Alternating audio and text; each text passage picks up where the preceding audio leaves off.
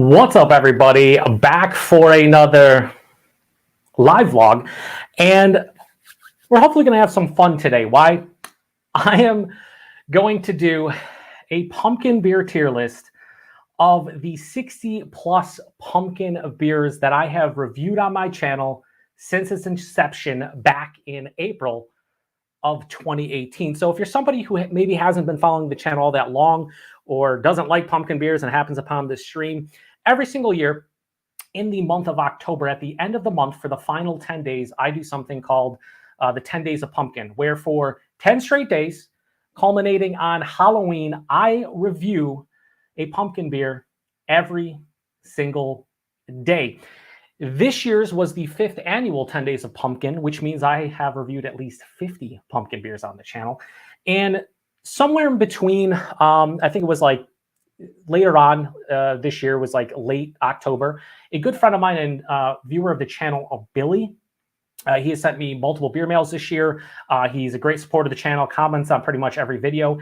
He threw the idea out there that like, hey, are you going to do a recap of the 10 Days of Pumpkin this year? And I said, that's a great idea, but I really didn't think about it. But then I started thinking about it a little bit further, and I was like, you know what?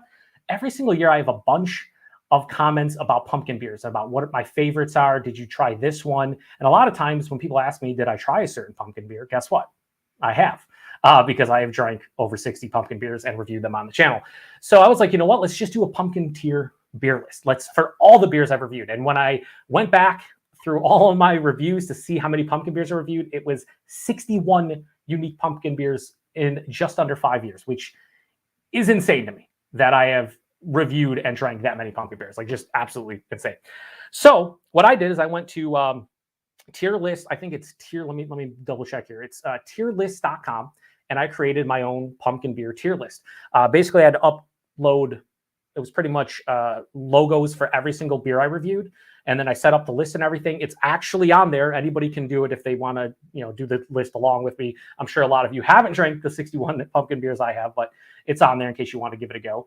But yeah, so I did that. I went through all of my pumpkin beers to find out what I rated them, what I really thought about them, because I'm old.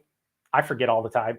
I don't even remember what I had for breakfast typically most days. So to remember all the pumpkin beers I drank, not happening. So I did that. I set it all up, and I thought, why not do it live? I know it's December 10th of 2022, and we're a couple weeks away from Christmas. So this was a bit overdue. I wanted to do this in mid to late November, but life gets in the way. So here we are. Now I had a lot, I'm talking a lot of people wanted this to happen. Like, I had a good, and when I mean a lot for pumpkin beers. There's like 6 to 8 people are like, yeah, do it. So here I am. Now, if this goes well and we get decent amount of viewers and people enjoy it, I may branch out and do other tier lists. I might involve some other beer tubing friends. Like, there is so many tier lists you can do on here. You can do, we could do favorite hops, favorite ingredients in general beer, favorite breweries, favorite beer styles, favorite beers from certain breweries, all kinds of stuff. So if it goes well, I'm gonna do it. I also want to give a shout out to a good friend of mine, fellow beer tuber Tanner, over at East Coast LQ Reviews. He kind of has been doing this with a panel. I think he did it a couple times. I know he did a light beer tier list, and they had a lot of fun with it. So when I saw that and everything that I was thinking about doing, I'm like, yeah, I think these could be fun. So anyway, we're about 3:45 into the the live show here. We got 7 viewers, and we have a comment already. We have Keith from 93 Lumber. He says, let's fucking go. Settle down, Keith. Wait until we start doing it to see if it's any good. No, I just got done reviewing a beer with Keith and Kyle over at I wanted to say Kyle over at 93 Lumber, but it's Keith from 93 Lumber, Kyle from No Hype. And we just did a barrel-aged Pilsner, German Pilsner, that is. That was totally not German Pilsner. Be on the lookout for the review on Keith's channel in the near future. We had a lot of fun reviewing that one. So, yeah. Anyway, I'm going to take a sip of this Old Fezziwig. This is the first time I'm having it this year. I bought the Beers for Cheers mix pack. I've already reviewed this beer. It didn't undergo any kind of recipe change, so I'm not reviewing it this year. But it's pretty good. I've had a couple sips already. What's it say on there? Does it say rich and spices? Sure. Sure, Sam Adams. Rich and spices. I believe you. Anyway, let's start counting down here with the pumpkin beer list. So I'm going to share my screen here. Hopefully this works. Let me know if it does, Keith, because I think you're the only one commenting. I'm going to share the screen here. We're going to go into the Chrome tab, the pumpkin beer tier list, and we are now sharing. So you should see this shared. You should see me in the bottom corner here, and you should see the pumpkin beer list. So how this works is you got up here, you got the S tier, which for those of you unfamiliar with tier lists, they're wildly popular in the past handful of years on YouTube. S tier is your number one tier. This is the top tier. Any amazing world-class beer will go into that tier. A tier is right under it. Still amazing, awesome beers, just not maybe world-class. B tier is like those solid, good, you have drink them again, but nothing, amazing. C tier is like, for me, it's going to be, I'd probably drink that again if someone handed it to me, but not really like, probably not going to purposely buy that again. D tier and F tier, they speak for themselves. I don't think you'll see a lot of beers in the D or F tier. And the only reason I say that is because of the beers I reviewed, pumpkin beers, over the past 5 years, there haven't been many that were just flat out disgusting. And I know a lot of people out there who don't like pumpkin beers will be like, that's like 98% of them. Listen, I'm one of the few beer tubers who like pumpkin beers to the extent that I do, where I've reviewed 61 of them. Now, as you can see, all the logos down here, these are all in alphabetical order of the brewery. So like the first one's from Abomination. The last one down here is from Whole Hog. So it's one of those things where, it's alphabetical. There's no, I didn't want to do it in order. Like I have these all rated, like each one rated. I know what I rated them. I went back to the reviews and saw the ratings, so I'd have an idea. But I think doing them in alphabetical order is the way to do them. I think. I could be wrong, but I think. Anyway, we got a couple more comments here. We have Bumpy Road here. Jesse says, cheers. Cheers, Jesse. And then Keith says, damn, this is very professional. It is not. It is my channel. Therefore, it's not professional. I do like the pumpkin beer tier list, though. And then we got Alex, the Beer Master. Alex says, what's up there, legendary Joe? Joey, he calls me Joey. Appreciate you. It's nice seeing you live again. Cheers, my friend. Thank you, Alex. And nice of you to pop in the comment section. And then we have Dustin, who says, good evening. Good evening, Dustin. And then we have Cyclos Kerbango, who says, sup, King. Sup, buddy. So anyway, we're going to get into this. Like I said, if you want to do this yourself or you want to do it along with me, go to tierlist.com and then just search for pumpkin beer tier list. And mine should show up. Again, the name of it is, you can see up here, it's under food and drink category. It just says pumpkin beer tier list, and it has the 61 beers that I have tried. So how this is going to work is I'm going to do, like each one, this is 61 beers. I don't want this live stream to go like 10 hours. So I want 2 to 3 hours, something in that realm. So what I'm going to try to do is speak about each beer for like a minute or so, maybe a minute and a half, and then move on to the next one, read comments, every so often, once I get a little bit. So let's start. So the first beer we have right here, and it's going to probably be hard for you guys to see exactly unless you go probably full screen, but I'll let you know what the beers are. So the first beer is Abomination's Forbidden Pumpkin. So this is a beer that is essentially a milkshake pumpkin IPA. They brew it, I think it's with, let me go to Untappd and just look at it real quick. Forbidden Pumpkin. We're going to get it going here, and I'll let you even know what I rated the beer. Isn't that crazy? But I already know what tier list this is going in because it's pretty delicious. So their pumpkin Forbidden Pumpkin. This was the 2021 release.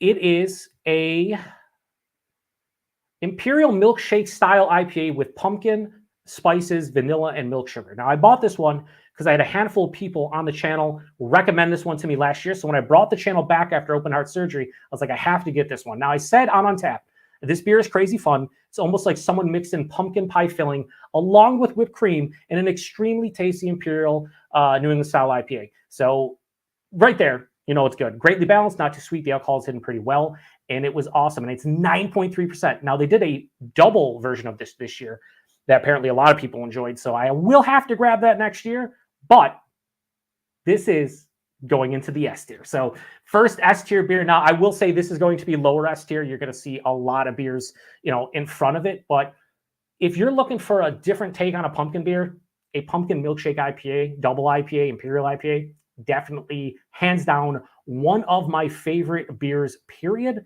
And just delicious. So let me cross this off of my own list here so I know what's going on. So yeah, that goes into the S tier.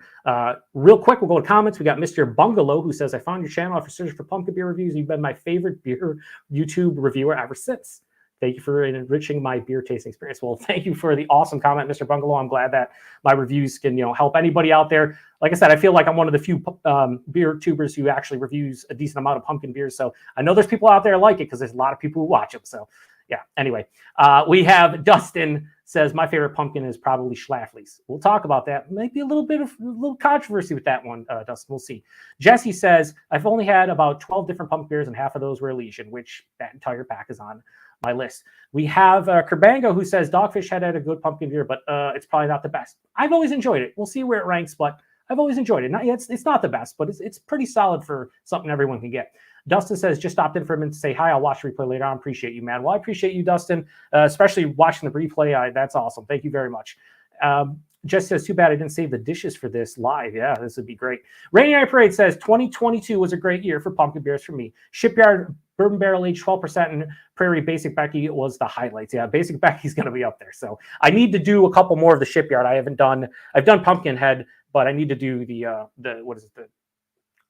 Help me out, Ray. I forget the name of the Schlafly or the Shipyard big ones. I always forget them. It's like Smash Pumpkin, something like that. All right, so next we have Abomination's other beer. This is the one I reviewed this year. This is their a midnight snack. Now, this is the I always forget the name of it. It is the pumpkin pie cheesecake variant. So this is one of their huge, more or less imperial pastry stouts. And this one is brewed with cheesecake. I think it's pumpkin cheesecake. It might just be regular cheesecake, vanilla beans, cacao nibs, and pumpkin spices. Now, as far as what I said for this beer on Untappd, I said that this beer was sweet but not overly so, and for something 14% ABV, not as boisterous as I hoped. Good but not great. So this was one of those pumpkin beers that was a disappointment for me to some degree. I've heard good things about this one last couple of years, and it just fell, honestly, a little bit short of what I was looking for when it comes to a big imperial. For 14% imperial pastry stout, that's a pumpkin pie, pumpkin cheesecake inspired beer. A little bit disappointing. Therefore, it goes into the B tier. It's probably going to be a higher B tier, but it's just B tier. I just can't go much higher than that. So we have the Forbidden Pumpkin from Abomination at the top, and then we have the Midnight Snack, at the top of the B tiers currently. So anyway, next we have from Avery. Now this is one of those older Avery beers. So this was a variant from back in the day. I think I reviewed this one. I want to say it was 2018 or 19, but it was a variant that was a bit older. It was the 2016 Rumpkin, and I reviewed it in 2019. So it was 3 years old, right? And it's basically a barrel-aged, more or less a barrel-aged imperial pumpkin beer. And that's more or less what it is. I think it's aged in rum barrels, though. And it's basically pumpkin spices in rum barrels, and it has a huge ABV. It's like 17.5%. And spoilers, it was pretty fucking delicious. Avery makes great imperial beers in general. So this one, A tier, and it goes in front of Forbidden Pumpkin. Even with 3 years on it, the barrels were intense. It was just fucking delicious. If you've had an Avery barrel-aged beer, you kind of know this was a pretty fucking good rum barrel one too. I always feel like rum barrels work well with pumpkin because it's spice characters, and this one, it worked extremely well. So we'll go back to the comments real quick. Kerbango says, Parade, your pick is so good. Wings and Pizza says Master of Pumpkins was decent. Yeah, I like that more than most, which we'll talk about in a little bit. Dan from FLX says, this list is fucked already. It's a pumpkin beer list. It's totally fucked. We have Keith. He says, I remember liking Rumpkin. Yeah, Rumpkin was fucking, it was delicious. And my bottle, again, was about over 3 years old, and everything was just fantastic. I didn't even tell you guys what I said in my Untappd check-in, but I said completely different than a fresh bottle, but still delicious. Almost English barley wine-esque. So there you go. That's what the aging typically does with most beers, is like it calms down a lot of the spices and whatnot. But if I had a beer both fresh and aged before, and it's definitely A tier every day. We have Potter's Journal says Rum King is amazing. Yeah, it is. Pretty fantastic. He says he knew to pick up 3 when he found it. Yeah, we don't get Avery here anymore really here in the West New York area. It's hard to find stuff. You might find some older bottles, but fresh stuff, no. All right, back to the list. Next, we have from Beer Tree, we have their, I was going to move them. Hang on. Now, hang on. I need to get it under control, right? Let me make sure, where I'm going here in terms of the tier list itself. But yeah, so Beer Tree does their mashing pumpkins. It's pretty much just, a classic pumpkin ale. I said ginger, clove, and allspice with a nice bready malt base. There's also slight earthiness, slight earthy bitterness on the finish. Good and quite different for the style, in my opinion. Now, I gave that beer, I believe, a 3.85. And 3.85, when it comes to these tier lists, more or less, that's a low B tier. And that's where I'm putting this. So Beer Tree's Mashing Pumpkins, low B for me. You'll see a lot of beers go past it. But that's kind of where it lands for me. I would say if you want a no-frills kind of pumpkin ale, and you're in New York State or wherever Beer Tree gets distribution, not a bad pumpkin beer, but it's not going to set the world on fire for most people. Although I know Ridge over at Ridgeopolis, a good friend of mine, fellow beer tuber, I know he really enjoys their beer. I think he buys like one can every year. But yeah, it's all right. It's all right. So let's go back, take a sip of this Old Fezziwig. Okay, back to the comments real quick. Potter's Journal says, great new and age. I agree. Rum King is both of those. Dan says Pumpkin needs to be an F. I'm going to need you to settle down, Dan. All right, it's early in the. I'm just going to need to settle down. We have actually moved. We have Wings Pizza. Curious to see how you like the Lancaster baked pumpkin. I did a live review of that. I did. I enjoyed it, but to what degree? Keith says at Dan, pumpkin beers aren't so bad. And then Dan responds with Lizard of Cos isn't so bad. Touche, good serious. All right, so next we have a local beer that probably, unless you're in the West New York area, you probably never tried. It comes from Big Ditch, and it is their part of their Detour series. So Big Ditch, they call it Stoutsgiving, the day before Thanksgiving. They usually do huge releases of barrel-aged beers. Well, back in 2018, they did like 4 different variants in their Detour series. They did a Stoutsgiving pumpkin pie. So this was a big imperial stout, aged in bourbon barrels, but they also used whole pumpkins and spices. And I drank mine aged because I had it in 2019. So I had it just over a year old, or just under a year old, I think it was. And I really enjoyed it. I thought it was pretty good. Now, to what degree? I gave it a 4.15. And honestly, I would put it in the low A tier. It's, again, a beer that a lot of you won't probably ever have the chance to get. They might brew it. I don't know. They do a lot of crazy shit now. But that was a really fun beer. And what I said about it on Untappd is the spices have died out a bit because of the age, but it's still quite delicious. Can't wait to get into the other variants soon, which, spoilers, they're still in my cellar. Go back to the comments real quick. We have Jesse who says, it's not Dan, kind of like the Play-Doh flavor. Okay. And then Keith says, you take that back. And then Kyle popping in before his, he says, Dan is way off the mark on this one. I mean, we're used to it. It's Dan. It's on the mark of everything when it comes to pumpkin beers. Anyway, next we have a beer that I'm sure a lot of you, and I'm talking a lot of you, can get your hands on it, from Blue Point Brewing. And it is their, I believe it's called Mother Pumpkin Ale. Yeah, Mother Pumpkin Ale. So this, again, is just a to me, a no frills kind of pumpkin ale. They use cinnamon, nutmeg, ginger, and allspice, 5.5%. I said on Untappd, it's solid. It's a solid, well-made pumpkin beer, caramel, toffee, dark bread, ginger, cinnamon, and allspice notes. Little bitterness, but also not crazy sweet. So it's balanced and cohesive. My favorite word, cohesive. Now, what did I give this a Blue Point beer as far as ratings go? Well, I gave it a 3.75. And to me, it was tough to do these tier lists in terms of my ratings, but I'll be honest with you, not all of the ratings are going to correspond with the actual tier list. I'll just say this for the Mother Pumpkin beer. It's good for a beer from like a bigger, easier to get brewery. Not my favorite, solid, decent. It's high C tier. That's where it goes. High C tier. Can't go much higher than that. It's a high C tier. It's about the max I can. Mother Pumpkin, high C tier. If someone wants to argue about Mother Pumpkin and where it deserves to be on the tier list, then I don't know. I don't know if I take that argument. Wings and Pizza says, feel like a problem with a lot of pumpkin beers is the spice are the star of the show and not the pumpkin. Well, here's a funny thing, and a little bit of a tangent, Wings and Pizza. A lot of breweries, call their pumpkin beers, but they only use spices. They'll say pumpkin spices, which pumpkin spices don't technically exist. And this is where people would debate me, but like pumpkin spices are just spices. that you can use in winter warmers, you can use in pumpkin beers. They just associate with pumpkin pie filling, which usually has these spices. But a lot of breweries get away with not putting pumpkin in their beer and just being like, this is our pumpkin beer. It has so-and-so spices, but no pumpkin. Now, here's the thing. Pumpkin typically only lends a body and mouthfeel kind of feeling to the beer. Sometimes you'll get like a little bit of earthiness. I feel if you're not going to brew with real pumpkin, at least brew with like toasted pumpkin seeds or something to get the gourdy nature of the beer or of the pumpkin in the beer. A lot of breweries just get away with it, and it kind of bothers me to some degree. Like, you should have pumpkin in a pumpkin ale. I don't give a shit if you're using pumpkin spices or not. So that's a little bit of a rant, but I agree with you. Dan says, yes, that's why I don't like about most. I enjoy pumpkin beer when it's just pumpkin. Well, that's the thing.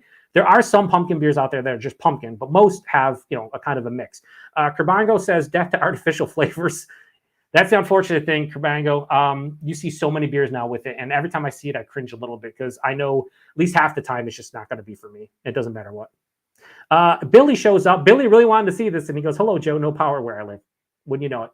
The one night I go live, Billy, you don't get power. Do I believe you? I do. And that's unfortunate, Billy. I hope you get your power back and you can watch the shit show that is this live stream. Dan then follows that up with a local nano brewery here roasts heirloom pumpkins and smokes regular pumpkins. They make a stout now. The stout is actually good. Yeah, is that what you call it? Crafty ales and lagers there, Dan? I still need to try that at some point. And then, yeah. So anyway, we'll move on to the next one. Next one is this Nitro Pumpkin Spice? This is Breckenridge, right? Because there's two Nitro. So this is Breckenridge, all right? Now, when it comes to Breckenridge, a lot of people out there haven't enjoyed their stuff over the years because they got bought out by AB and Bev down the line. I never was a huge Breckenridge fan. I always liked their vanilla porter, but I wanted to try this one out. This was back in 2018, the first year of the 10 Days Pumpkin. And their Nitro Series Pumpkin Spice Latte, I said, like many Nitro beers, this one was lackluster. Little pumpkin spice and almost no coffee. Not a bad beer, just not what it says. Well, this will be the first pumpkin beer on the list to fuck off into that D tier list, because it didn't get an F because it wasn't terrible or undrinkable, but that is definitely bottom 5 in terms of pumpkin beers I've had as far as reviews. It's Breckenridge, number 1. Like I said, haven't been a huge fan. I got the Christmas salad review this year, so not a huge fan of Breckenridge. But it was a Nitro Pumpkin Spice Latte, little coffee, little spices. It was just a lackluster Nitro beer, let alone, the pumpkin, latte vibes. Not surprised. D tier. I think I gave it, let me see what I gave it. I gave it a 3 out of 5, which is pretty fucking low. Pretty low. So anyway, yeah, it's Breckenridge. Not much more to say. Hopefully none of you out there tried it. So when we're talking about pumpkin ales, shout out to the chat right now because they're talking about, they want pumpkin in a pumpkin beer. Well, the next one from Brooklyn has pumpkin in a pumpkin ale because the Post Road Pumpkin Ale from Brooklyn is like an old school kind of pumpkin beer where they focus more on the pumpkin and less on the spices, but it's okay. I know there's people out there like this beer. It's okay. I said on Untappd, revisiting this one for the first time in almost 10 years, it's just okay in my opinion. Body and mouthfeel are appropriate, but the taste falls flat. Little spice character, cinnamon and clove with a generic malt base. Not terrible, but not for me. And I remember enjoying that beer a little bit more, but it fell flat. And guess what? We have our second D tier beer. Now, I would put this above the Nitro Pumpkin Spice Latte from Breckenridge, only because it kind of delivered to some degree what they said. It just wasn't my favorite. It's just, it is what it is. So we'll go to comments real quick. Dan said hi to Billy. Kerbango said left hand taking the L. Yeah, dude. I don't know if you've watched a lot of the left hand stuff I've done this year, Kerbango, but yeah, dude, they have been dropping the ball more and more. I'm not happy about it. Billy says he's not going to get his power back till tomorrow. So he said, hey to Dan. That sucks, Billy. Probably I wouldn't watch back the replay's probably not worth it. Potter's Journal said, what should I have this evening? Whatever you have, that sounds delicious, man. Get in there. Wings Pete says, how's that old Fez? Was disappointed to exclude the holiday porter from the package here. Me too. I was happy to put it in the black lager, but I could have done without the holiday white ale. I haven't reviewed that yet. It should be posted sometime this week. But the holiday porter is always one of my favorite. This is pretty good. Doesn't taste as spicy as I remember it. But man, it has a nice rich malt character. It's pretty good. I'd probably give it like, high 3, 7, 5, low 4. It's Old Fezziwig. It's always good.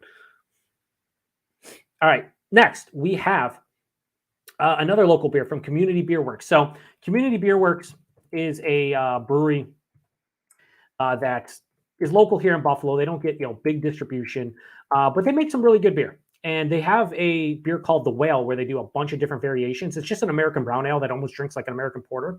Well, the Pumpkin Spice Whale is a beer that a lot of you guys were talking about in terms of, or I should say, I mentioned after you guys talked about no pumpkin being in the pumpkin beer.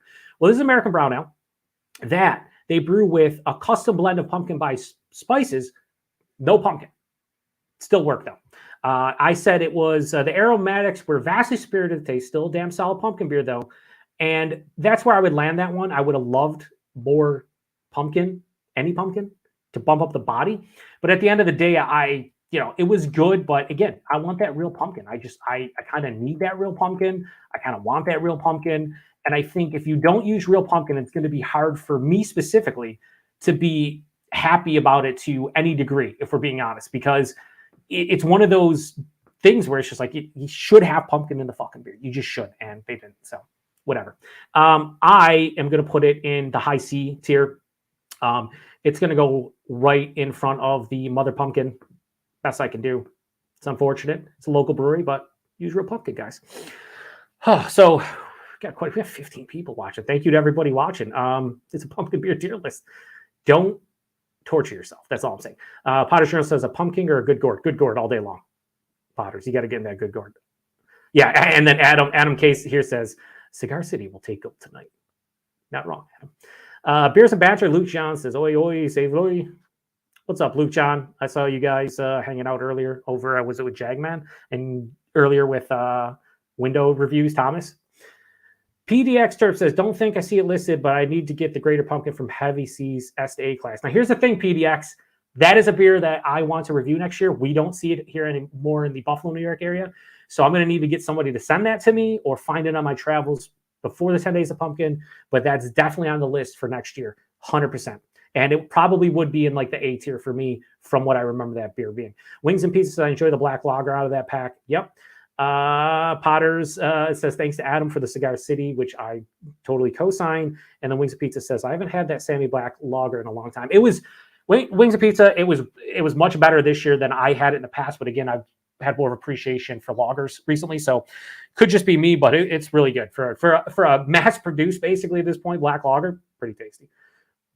All right. So next we have, spoilers, this is the worst pumpkin beer I've reviewed on the channel. And it's a shame because it comes from Central Waters. If you guys know Central Waters makes some fantastic barrel-aged beers. They have so many barrel-aged good beers that it's criminal. And I haven't reviewed any on the channel. I have some in my cellar that I need to review at some point, and I will review them to kind of make up for this one. I reviewed this back in 2020, and it was their Wendy Coffee Pumpkin Milkshake IPA. Now, you know what I was talking about earlier with Forbidden's, or the Abomination Forbidden Pumpkin, how it was like perfect pretty much for what you would want out of a pumpkin milkshake IPA, pure IPA. This was the direct opposite. Okay, this was the direct opposite. This was a coffee pumpkin milkshake IPA that was brewed with pumpkin spices, or pumpkin coffee and spices. And this is what I said about this beer. I said, I love me some Central Waters, especially their big barrel-aged beers, but this was a complete miss for me. It has a weird, spicy, and bitter finish, and I didn't pick up much coffee, if any. Bummer, but it happens. Yeah, that was probably, a lot of people ask me, like, what's the most disappointing or underwhelming beer I've ever reviewed on my channel? This would be in the top, 1%, 2%. I've reviewed over 1,500 beers. This would definitely make the top 5 to 10 easily. Just utter disappointment coming from Central Waters. And I'll just tell you right now, this is the worst beer as far as pumpkin beers go on my channel. It's F tier all day, every fucking day. Just not a good beer. Do not recommend you ever see it on the fucking shelves. Do not pick it up. Just do not. Unless you want to. Then grab it. Because, at the end of the day, we all have different palates. You might like it. Maybe it was just a bad batch. Who knows? F tier all fucking day. We'll do one more, then we'll go to comments. Next, Cigar City. Good gourd, right? This has been a bucket list beer for me for many years. I'm talking many years. This is a bucket list beer. I almost picked this up back in 2019, but it was after the 10 Days of Pumpkin. And it was back when they came in the big 750s. And I saw it. Dan, I don't know if you've ever been to that gas station in Auburn, like right outside of Auburn, where Prison City is. But there's this gas station that has top tier beers, and I almost picked it up because it was still on the shelf in like middle of November. But I was like, nah, I'm not going to review it this year. I'm done with pumpkin beers. I'll grab it next year. Well, next year comes, it doesn't show up. Next year comes, it doesn't show up. Luckily, it showed up this year. Jesse over at Bumpy Road Brews picked me one up, but luckily I was able to get it. Now, this is what I said about Good Good. I said, finally crossed this one off the bucket list, and it lived up to the hype. Absolutely delicious. If interested, check out the review. That's what I said on Untappd. I reviewed this one with another good friend of mine, fellow beer tuber Tyler over at South 10 Beer Reviews, and we both loved it. It is, without question, a fucking S-tier beer. I mean, there's really no argument, I don't think. And I think if you like pumpkin beers, I don't see how you would say that Good Gourd isn't like a top tier pumpkin beer. I gave it a 4.6.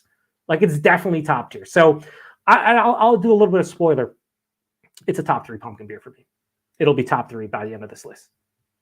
It's that good, 100%. All right, go to comments real quick. Billy says, hopefully you do live stream for holiday beers. I might have to wait till next year for that, Billy. I've only been doing holiday beers for the last couple of years. Maybe though. Luke John says, I'm on my 7th stream of tonight. Holy shit, you doing the gauntlet, sons. I appreciate you joining, Luke John. We got Ryan, who wanted to see this list. He says, Heavy Seas, the Great Pumpkin is high on my list. Again, the Great Pumpkin and the Greater Pumpkin are 2 beers next year I want to get my hands on. If anybody wants to help out with sending those my way, get in contact like a month or 2 before I do the 10 days of pumpkin. Like I'm down to review them. But again, a lot of these beers I can't get anymore. We used to get Heavy Seas all the time. They're Loose Cannon IPA, the 2nd or 3rd IPA I ever liked ever in my life. And we just don't see Heavy Sea shit anymore. It's very, very shitty. It's a bummer, honestly. FLX, Dan says, 46 might be a get-together. Oh, Billy Rossi, 46. He says, might be a get-together this month. So, AK, your beers get drink. Haha, yeah. Might be next weekend. And Billy responds with, I was wondering when you're going to drink them. And then he replied with, we did the 2 that were posted. The rest were simply held back to possibly share. We should appreciate you. And we do, Billy. We appreciate your kindness and your generosity. And then Keith says, I haven't had Good Gourd in a while. It's been a few years since I've had it. You need to pick it up then. You probably can find it in like a 99-cent bin. Keith, knowing you, it's fucking ridiculous. The type of beer you can get where you live. Potter says, finally picked up in Florida, and New Year, it was in Pittsburgh. Yep. Yeah, I mean, that's the thing. Like, I think last year in 2021, they took Good Gourd out of distribution just for last year, and then they brought it back this year, which I was happy about. And Jesse comes in. Jesse, always classy. Never one to joke around, and he's always classy. He says, looking forward to the Blumpkin Pumpkin.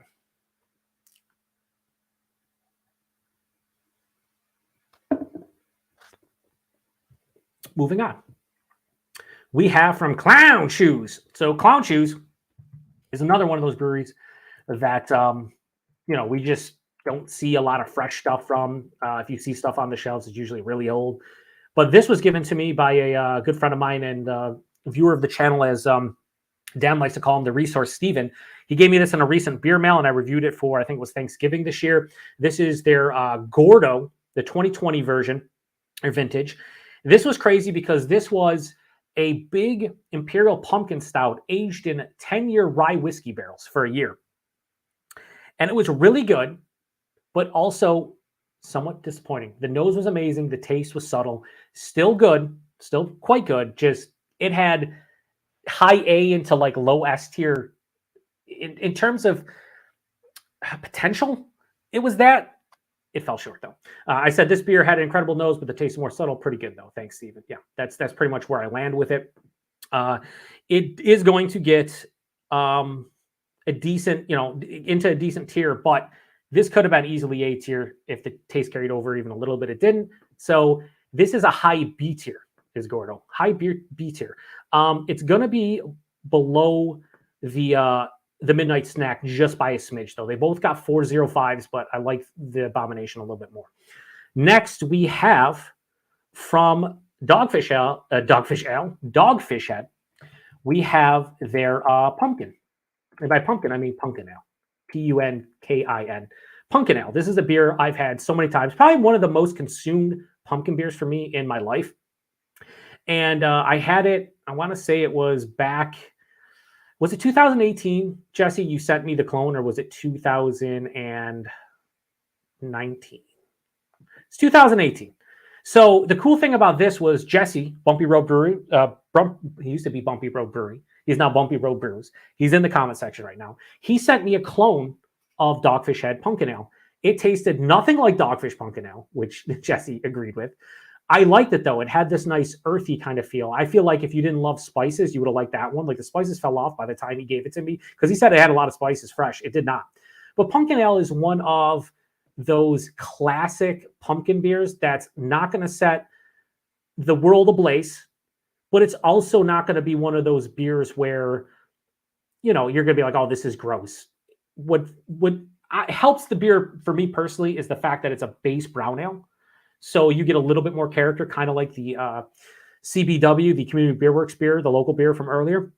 But this was really good, really solid, B-tier beer, and I'm going to put it just below Gordo and Abomination. So we're going to go straight B-tier, kind of mid-range, but still a solid beer. Like one of those reliable, old faithful, you walk into your local grocery store, you're shopping, you want a pumpkin beer, and it's there, and it's a 4-pack or a 6-pack. I forget if they come in, and it's relatively cheap, and you grab it.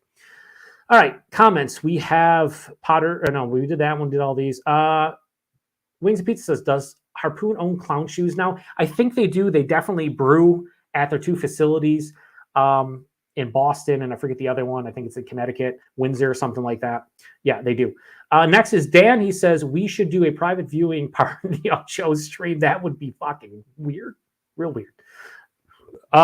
Jesse says, I brewed a shit beer is what happened. Yeah, it wasn't shit though, Jesse. Here's the thing. I'm always honest, especially when it comes to homebrews, because I feel as a homebrewer, it wasn't bad. Did it taste like pumpkin ale from Dogfish Head? Fuck no. But it was a good, like, it reminded me of like a good, like earthy kind of, I don't even know what it just had a good earthy kind of, the malt with, it was like almost like an old school, like English winter warmer or something. It was strange, but not terrible. And Jesse says, yeah, FLX, we should go live. We'll just watch Joe's tier list. That would be fucking weird. That'd be real weird. Kerbongo says, is there a pumpkin whiskey barrel beer? I would assume Southern Tier probably has something up their sleeves. I don't know if you know they have that Southern Tier pumpkin whiskey now, but you would feel like that'd be the next logical step for a lot of these breweries. I don't know, but I would not be surprised. Anyway, moving on to the next beer. So the next beer is from Ellicottville, another relatively local beer, although Ellicottville, as far as I know, they get some decent distro. At least they have recently. I've seen people like down in like Maryland and Virginia drinking their stuff. So I don't know what's up with their distribution, but they're local. They're in the Southern Tier of the Western New York area. Like they're like a 45 minutes, an hour south of Buffalo. But yeah, anyway, their Pumpkinville Latte Nitro. So another nitro beer, another coffee pumpkin beer, and this was actually good. On Untappd, I said I probably like this more than most, but I'm fine with that. Lightly roasted coffee with a huge graham cracker character and slight pumpkin pie filling notes. One and done for me, but I dig it. I think the regular offering had more coffee, so they also do a non-nitro version. I like the nitro version better, though. And this nitro version was better than both, spoilers, the left-hand version and the Breckenridge. And that kind of surprised me because Ellicottville isn't like one of my favorite breweries in the Western New York area. They can brew some solid beers from time to time, but this was definitely better than those other beers. And this is just a mid B tier kind of beer. Nothing wrong with it. Nothing amazing about it. Just a mid B tier. We'll put it behind Pumpkin Ale, I think. Yeah, something like that. Yeah, so we will go next to, so we're getting into the Elysian beers. Now, I have stated on my channel numerous times that if you want a good bang for buck and have the opportunity to trade, I was going to say to try, and I said trade and change instead because I'm poor at what I do, to try like a handful of different pumpkin beer styles in one box. The Elysian Pumpkin Patch box, I think it's their pumpkin pack, whatever it's called, is great. You get Elysian's Punkachino, which is their coffee pumpkin beer. You get their Night Owl, which is their regular pumpkin beer. You get the Great Pumpkin, which is the Imperial pumpkin beer. And then you get their Dark of the Moon, which is their Imperial pumpkin stout. They're all pretty fucking good for what they are. And in my neck of the woods, the 12-pack, where you get 3 of each, is literally $19.99 for a 12-pack. For the ABVs, the ingredients and everything, I think it's a fucking great deal personally. So, you know, I've had people going, oh, it's trash or whatever. Look, I know they're owned by AB InBev, But those pumpkin beers, they still hit. They still hit. That's my opinion, but I don't think I'm necessarily wrong. Well, I know I'm right for what I'm saying, but for what you think, maybe I'm wrong. Anyway, the Dark of the Moon and basically all these beers get very similar ratings. It's which one do I prefer? Dark of the Moon got a 4.25 from me. On Untappd, I said almost like a pumpkin spice latte with a kick of chocolate. Cinnamon is heavy, but in a good way. I like to see it's a bit more creamy, but it's quite delicious. And yeah, very simplistic. To the point, this is high A tier for me. Dark of the Moon, 100% high A tier for me. It's not, my favorite pumpkin stout or anything, but it's up there. And again, for a readily available, easily accessible pumpkin beer, I think you could do much, much worse. All right, so we got some more comments here. We got Ryan who says, "I'm willing to trade some Maryland beers with you. Hit me up." All right, awesome, Ryan. Next fall, I'll get in contact and definitely want the Great Seas all day, every day. We have Rich here who says, "Buffalo Joe, aka Joey Chuck Chuck Chuck. See Smashing Pumpkins up there already, Ridge. B tier. Sorry, buddy. I know I broke your heart. I know I did." We got Matt from Massive Beers. Matt, he says, "Not God tier, more like Gourd tier. Maple Mistress for the win." It's up there. Settle down, Matt. It's up there. I don't think it's an A tier though for me anymore. Or is it? It's definitely an A tier. Is it an S tier? We'll see. Josh from Last Beer says, "Cheers." Cheers, Josh. Thanks for joining, buddy. Thanks for hosting that last night. It was a lot of fun. I always enjoy chatting with you, buddy. Next, we got Wings P says that Legion pack is a nice value. That's where I'm coming from. Like, are they all the best pumpkin beers? No. Are they all really good for what they are? Yes. Are they reasonably priced? Yes. Can you find them pretty much anywhere? Maybe not, but I think you should. And Josh says, "On a Modest Man Koa Mega." Nice. How is that? It's Modest Man, so Jesse gives it like a 10 out of 10, even though he rates out of a 50-point scale. Jesse says, "Last beer, pull my finger with your brain." Gross. But I'm kind of aroused. Ridge says, "Dude, I had a Hardywood rum barrel pumpkin today with beer, with bear at 12.3% while shooting some shoes, and bro, that bitch fuck." Now here's the thing, Ridge, I want to try and review that. So next year, if you want to send me that, and maybe we can do a small trade or something like we've done before, I need the Hardywood for sure. Heard really good things, and I love rum barrel aged pumpkin beers because I just think they work extremely well. Josh says, "Always bumpy. You guys are sick." And the Pure Heart Ukulele Club says, "Live stream, cool. Congrats, pumpkin beers. Cheers." Thanks, buddy. If it was lagers, you'd be way more interested. Maybe some pumpkin lagers. There are a couple. And then Jamie C says, "Cheers, Joe. What are you doing here?" I'm doing a pumpkin beer tier list, Jamie. And it's pumpkin beers. And it's a tier list. And I don't think anybody wants to see this, except for they kind of do. And I'm drinking a fucking old Fezziwig from Sam Adams. That's pretty good. Of course you do. Of course you do, Josh. I have so much Hardywood dating back to 2017. You have a problem like me with the cellar. You just don't drink it. I'm with you, though. I struggle. Anyway, to the next Elysian beer. They're Night Owl. Now, here's the thing about Night Owl. I've had so many people, when it comes to Night Owl, tell me how they don't really care for it.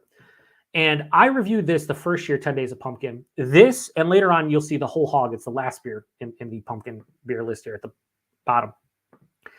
These two are kind of neck and neck for me. If you're talking about a 6 to 7% no frills pumpkin ale, like Night Owl is always good. It always delivers. And I've always enjoyed this one going back to like 2011, 12. Like it's, to me, just a fucking real good pumpkin ale. No frills. It has pumpkin. It has spices. Get it done. And I've always, I think it actually has pumpkin seeds too. Yeah. So to those of you who mentioned earlier about like, it sucks to not see pumpkin beers with pumpkin. This is brewed with pumpkin, both roasted and raw pumpkin seeds. So they throw in raw and roasted pumpkin seeds in addition to pumpkin, and then spices. So you get the whole essence of an actual pumpkin pie to some degree. So I just said pumpkin pie filling in a glass. I don't buy a lot of Legion beers, but their pumpkin beer game is always on point, and I can't say anything more than that. I feel that is the truth. And if we're going with like what I enjoy in terms of pumpkin beers, Night Owl is up here in the A tier, and it's probably above the Dark of the Moon for me personally. I gave them both 4.25 depending on the day, but like I think year to year, I just think it's good. So next Elysian beer, we have their Punkachino, which I remember the first time having this and kind of losing my shit because, the first time I had this was whenever they released it back in 2013, 14. There wasn't many breweries doing, pumpkin coffee beers. So kind of blew my mind. I don't love it nowadays as much as I did back then, just because I think the the newness or just like kind of being blown away by those flavors. Like I've had so many coffee pumpkin beers now. It's like, okay, but it's still good. I said, always dig this one. I reviewed this in 2020. Always dig this one. Love the pumpkin spice latte vibes, but just wish the mouthfeel is a bit more creamy and smooth. That said, it's still damn tasty. Great stuff. Yeah, I agree. Now, this one is also in the A tier, hands down. Where would I put it? I'd probably put it ahead of the Dark of the Moon, but right behind Night Owl. But again, these three right here, these three Elysian, all interchangeable with me. Like, depending on the year, depending on the time, the day, like how I'm feeling, like one could be better than the other. If I'm in the mood for like a darker pumpkin beer, then yeah, the Dark of the Moon's going to win. If I want something with coffee, the Pumpkachino's going to win. If I just want to no frills, Night Owl. It's just kind of how it goes. So, Jesse says, I'm just here for my bedtime story from Joe. You know what would be best if you actually listened to this while you were falling asleep? I'm going to do some ASMR. Jesse, ASMR pumpkin beer tier list. What do you think? Is that cool? No. All right. A little creepy. Anyway, Rich says, we can do it. You might have some extras. Maybe I can snag one. I'll look into it. I know Abomination Pumpkin Milkshake got to be number one. It's not number one, Rich, but it's in the S tier. No doubt. And not this year, Rich, next year. I tell Bear to make sure to set something one aside next year. I'm done with pumpkin beers, dude. I drank so many pumpkin beers this year that I'm actually done with them. I had like 15 or 20 this year. Listen, a lot of pumpkin beers. Again, I review more pumpkin beers than pretty much anybody that I know as far as beer tubing goes. And sometimes you just got to tap out and be like, fuck this. Lee, what up, buddy? Says, well, you have to do a Meritzen at one of these, baby doll. Yeah, I do at some point. I was thinking about doing an Oktoberfest list at some point. That's a great suggestion, Lee. And if I do, I'll have to give you proper shout out and, give you all the credit. Josh, the rum barrel one, what was he talking about? Oh, yeah, he's talking about the Hardywood. ASMR, says Bumpy. Lee says, only dust. Oh, baby, need a little bit dust to roll there for my daddy. Little bit. Baby doll, Friday night. That's a strap match, babies. Rich says also had an Abomination, Santa's Black Blood Stout, and wow, amazing. Nice. I'll have to check out the reviews. I saw you posted that one. I did not check it out yet, but I'll have to. All right. Moving on with pumpkin beers, because, fucking pumpkin beer tier list. Oh, yeah, we just love them. Great Pumpkin from Elysian is the last Elysian pumpkin beer. Now, I reviewed this one in 2020. I think I did Pumpkachino, Dark of the Moon, and the Great Pumpkin in 2020 because I bought the pack. And I did the Night Owl by itself in 2018. I said this is basically a bigger and boozier version of their Night Owl. It's damn tasty, pretty well balanced. But my preference is Night Owl. That said, the entire Elysian Pumpkin pack is fantastic. Highly recommended. Yeah, so I know this is super controversial. Not really, but I've had a couple people comment on the channel that like this is my favorite within the Elysian pumpkin pack. And I'm not going to sit here and disagree with you because I rate this one 0.05 points lower than the other three. But again, interchangeable. If I want a big boozy Imperial Pumpkin Ale, this could definitely be above the other three. But right now, as we speak, it's below the other three, but very, very small, shortchanged for some people. But for me, just a minute, just a touch under the other three. But as you see, I put them all in the A tier. Like I think it's an A tier pumpkin pack. Like you got to get the fucking pumpkin pack without question. Fucking have to. Anyway. Take another sip here. I'm only through what, like fucking 17 of them? You guys all know I like to talk. This might be a 3-hour stream, so anybody that fucking checks in, thank you. And what all like? Hit the like, right? Smash the like, smash the subscribe, hit the like, all that stuff. I don't know. I don't do that. Like it if you want. If not, it's cool. It's pumpkin beers. Probably shouldn't like it. Anyway, next we have from Fatheads, and it's their Spooky Tooth. So Fatheads is a brewery that I really like. Most of their hop forward beers. I've had so many good beers on tap at the brewery. They're just outside of Cleveland. Their Spooky Tooth, though, just really wasn't it for me. I will tell you, this sounds crazy. Some of you might not believe me. I don't even believe myself.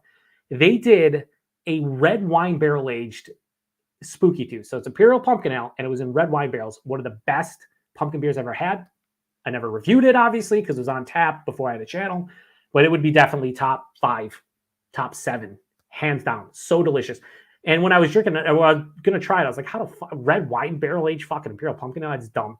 It was delicious. Anyway, Spooky Tooth, I said, I remember not being blown away by this one years ago. This was back in 2020. And I said, I wanted to revisit it, but it still doesn't do it for me. Not a bad beer by any means, but I just want more of an intensity considering it's an Imperial Pumpkin now. And this beer is 9%. And it drank like a 6% in terms of flavors. So Spooky Tooth, not one of my favorites. Without question, one of my least favorites of the ones I reviewed. This is like mid-C tier. It's honestly behind the Blue Point. Mother Pumpkin behind it. All right. What else we got? We got Lee laughing at the Duff Did Baby. Duff Did ASMR, daddy. He also says, hope you're doing well, buddy. Have a good night. You too, Lee. Good seeing you. I will say this, Lee. Hopefully you can join BA 101 over on Nick's channel. I'm probably going to be available the week between Christmas and New Year's, that Wednesday, which is like the 28th or some shit.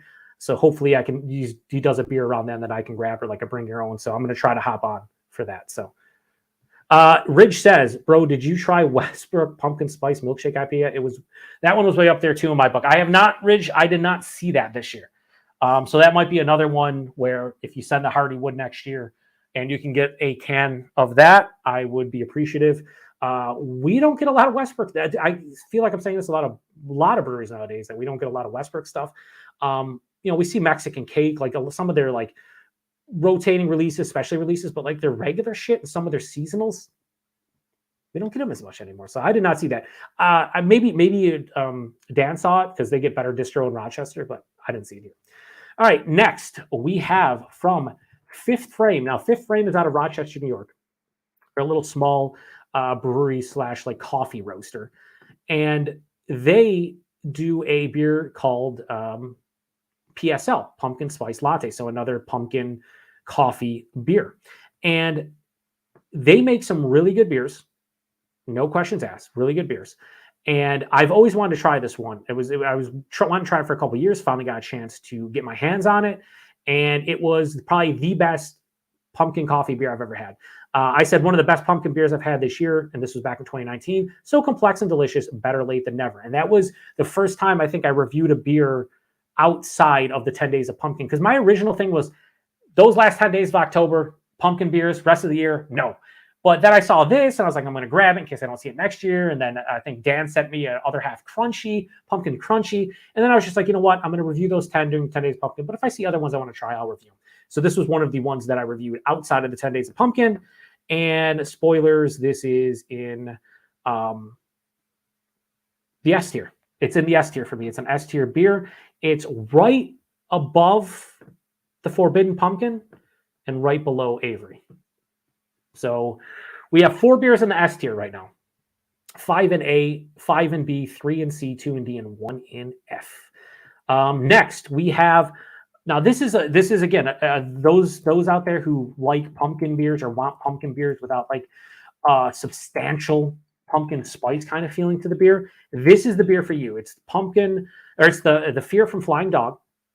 And to me, this drank like a black IPA with like subtle pumpkin spices. It was wild how hop forward this beer was and just how different it was. So I said, this comes off as some kind of black IPA with pumpkin spices, so vastly different than the majority of pumpkin beers that are out there, which makes this unique, but it's also quite tasty.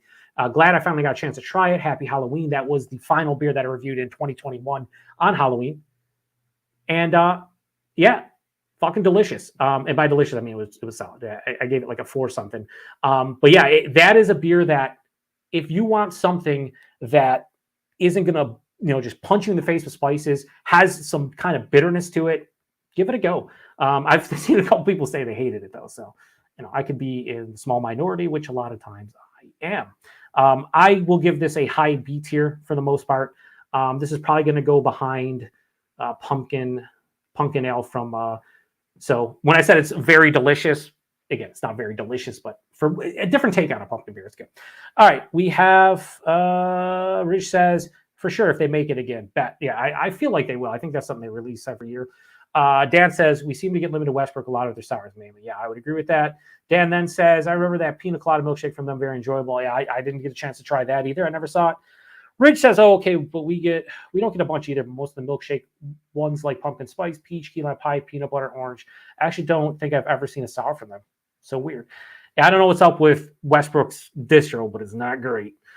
Next, we have from Griffin Claw. This one was sent to me by a good friend of mine and a viewer of the channel, longtime viewers, hooked me up with so many good beers over the years. Jeff, aka No Jinx, friend of Dan's as well. He sent me this one back, and I think it was 2019. It was from Griffin Claw. It's their Bourbon Imperial Screamin' Pumpkin. So this was a big Imperial pumpkin ale, and they aged it in bourbon barrels for 10 months. And it was good. It was good. For a big, like, Imperial pumpkin ale aged in bourbon barrels, it was good. But as I said in my Untappd check-in, quite good. I did get overall, but wish there was more barrel presence. I think I prefer the base ever so slightly. So I did have the base of this many years ago in Detroit. And I enjoyed it, but it wasn't amazing. What the hell is that noise? Hang on. I don't know. It sounds like a fucking plate or something. Anyway, where do I rate this? This is probably going to be B tier. Yeah, it's going to be like mid-beer B tier. It's just underneath the Ellicottville, so it's going to go down here. So B tier for this. If you're in Michigan, it's worth a try outside of that. Yeah, I don't know, maybe. All right, so next we have Harpoon. Now this is going to be controversial. This is going to be controversial to some degree. I don't know. You guys tell me, because I've seen a lot of people not like this beer. I thought it was pretty good. So it's their Dunkin' Pumpkin. I had the 2020 release, and it's basically another pumpkin coffee beer. Lower ABV though, 5.2 is a part of. They sold it in separate 6-packs, but they also made like a Dunkin' pack where they collabed with Dunkin'. They say pretty good coffee pumpkin ale, or I said pretty good pumpkin coffee ale. I do wish it had more of a coffee kick, but it's a nice sweetness with some pumpkin spice character. Mouthfeel is appropriate too. Now, keep in mind it's a Harpoon beer. It's pretty mass produced for the most part from a bigger, brewery. And I debated whether or not I put this in the B or C tier. I'm going the highest C beer of the entire list. It doesn't quite get in the low B. It was pretty good for what it is. Price point, availability, you work it all in. I think it's solid. I think it's worth trying if you like pumpkin beers. I don't know. I haven't had it since, so who knows? It could be trash for a lot of people out there. I don't know. I think it's pretty good, all things considered. High C tier. Next, we have, this is a beer that, unless you're really, really, really, really into pumpkin beers, you probably have never heard of this brewery, and you've probably never had this beer. This was a beer that for many years, I'm talking years, Beer Advocate had rated as like one of their top pumpkin beers. It was always like in the top 5-10 range, right? And that's pretty high praise. Back in the day on Beer Advocate. This is from Horseheads Brewing. They're out of Horseheads, New York, which is like close to the New York PA border. And I had it back in 2021. I said, not sure I gave this such a low score back in the day, but this is pretty damn good. It's basically pumpkin pie filling with a dollop of whipped cream and beer for alcohol is how well hidden. I had this beer back in 2013, and I did not like it. I didn't get what all the fuss was about. Having it again recently, this was last year, it was really fucking good. So it went from probably like a D tier from when I originally had it to way higher than that. Now it is a firm B tier beer. And again, if you don't really care for pumpkin beers, you've never really heard of it. Let's say this: if you've been drinking pumpkin beers for 10 plus years, you probably have known about this one. You probably tried to get your hands on this one, and I think it's worth it. Where am I putting this again? I said high B tier. Yeah, it goes right above the Fear. So there. Yeah, right around there. Okay. Read any comments? No comments. We're down to 13 viewers. Everyone's like, pumpkin beers. You're almost an hour long. Like, we're done. Take a drink here.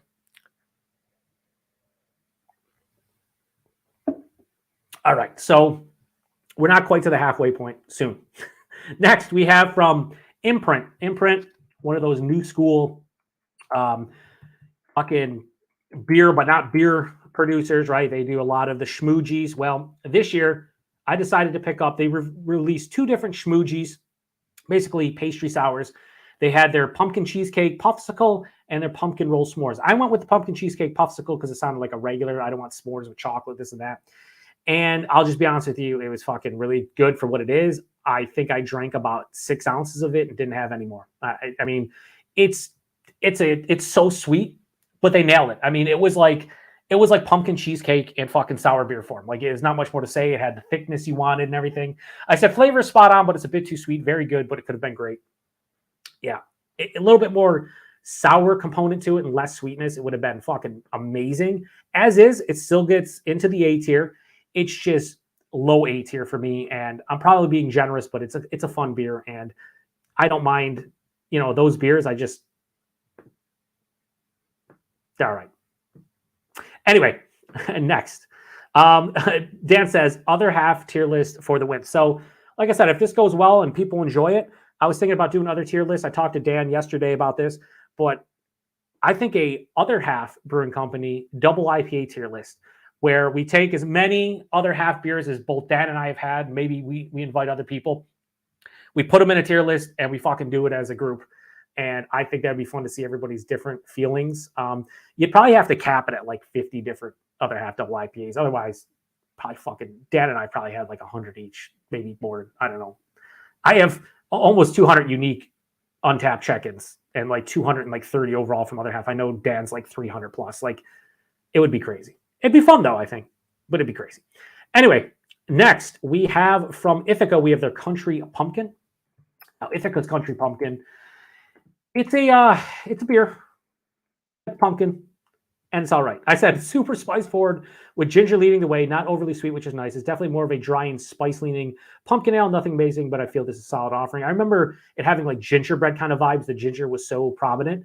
If you like ginger, you probably would love that beer. If you don't, you probably won't. I enjoy ginger, but it wasn't amazing. So this is one of those like high C tier type of beers for me where I wish there was a little bit more complexity to the beer in general, but it's not bad. It actually goes behind the Mother Pumpkin, believe it or not, from Blue Point. Like, it goes behind it, 100%. Jesse says, I've had like 6 in response to other half. Yeah, give it some time, Jesse. You'll have about 600 soon. Just stop buying all the EQ oxidized junk. Ridge, you better not be here. Anyway, next we have 2 beers that were sent to me this year by the Lakefront Brewery out of Wisconsin. So Lakefront is one of those breweries that, as far as their pumpkin beers go and the 2 beers they sent me, I've heard nothing but great things about them over the years, like how good some of these beers are. So I actually reached out to the brewery to ask them like what their distribution was, because their website was kind of wonky. Like, I typed in my zip code and like it gave me a bunch of errors. And then when it did finally work, like it showed that like you could find them here, but I know we can't get them here. So I messaged them on Instagram and they're like, and I was like, hey, I do this 10 days of pumpkin thing. I always want to try your stuff. Could you tell me where I could go get your stuff, close to me? Can I find it in Cleveland? Is it a little bit farther? Because I was hoping that I could get someone to send me them, do a little trade, or I could just pick them up on a day trip. They were just like, yeah, we'll send them to you. And they did. So the first one, I'm going to do the first one, the other one first, because it was the first one I reviewed. But both of them I reviewed this year for the 10 days of pumpkin. The pumpkin lager was fun. There's not many pumpkin lagers, and it just worked so well. It was like, the easiest way to explain it was a drinkable pumpkin beer. I know that sounds stupid because most pumpkin beers should be drinkable. Most beers in general, you want to be drinkable. But like, it was so sessionable from a beer standpoint, but it had like pumpkin spice that it was kind of weird, but in a good way. And I ended up giving it like a solid 4 out of 5. And that's pretty much where it is. It's just a solid B tier beer. And yeah, I mean, if you are in the Midwest and you can get your hands on Lakefront, like, that beer is a beer I'd probably buy a 6-pack of. And whenever I want a little pumpkin beer, but something that's not going to wreck my palate and I could crush in a couple seconds, that would be the beer. Hands down would be the beer. So this belongs right after the Fear. So the B tier is getting kind of long, a little bit long right now. All right, next we have the other beer they sent me. This was the beer, that I clearly wanted. Like this, I love brandy barrel aged beers. Probably my favorite barrels are brandy barrels when it comes to beers, and this was just mine. So this was their brandy barrel aged Imperial Pumpkin Ale. It is a Imperial Pumpkin Ale that is brewed with pumpkin pie spices, and vanilla, then aged in brandy barrels. And this was the 2022 release, 10.7%. I said, we go out with a bang. It was the last beer I reviewed 10 days of pumpkin this year, as this one was absolutely delicious. Yeah, not much more to say about it. Like, the brandy was there. It just worked. And it was worth the wait. Like, I wanted to try that one for numerous years, and it was worth the wait. This is S tier all day long. And honestly, I liked it slightly better. Oh, I put the wrong one down there. Oops. We're gonna put it right above Rum King, and the lager goes over here. I almost fucked that up. almost fucked that up hard. A couple more comments here, or one more. We have from Beer You Beer Me says, this is a great idea. Doing it to multiple styles would be cool too. That's what I was thinking about doing at some point. Beer You Beer Me. I was thinking about doing other styles. Like let's just do like American porters. Or my buddy Lee earlier said, how about do some Oktoberfest beers, Märzen specifically. You could do your favorite barrel-aged imperial stouts, like non-adjunct. You could do favorite, German Pilsner. You could do whatever style. We could do a tier list like this. And I could invite other people, assuming we've all had, a decent amount. Like, I don't have to do 61 beers. This is obviously a little bit overkill. I would like to keep this probably around like 40 to 50 max. And if you're introducing other people, maybe like 25, something like that. But I just thought this would be a fun thing. And here we are. And I'm having a blast. No, this is really fun. I'm enjoying it. Next, so I forgot who asked earlier about the baked pumpkin. Who asked about the baked pumpkin? I'm so old, I forget everything. Was it Wings and Pizza, maybe?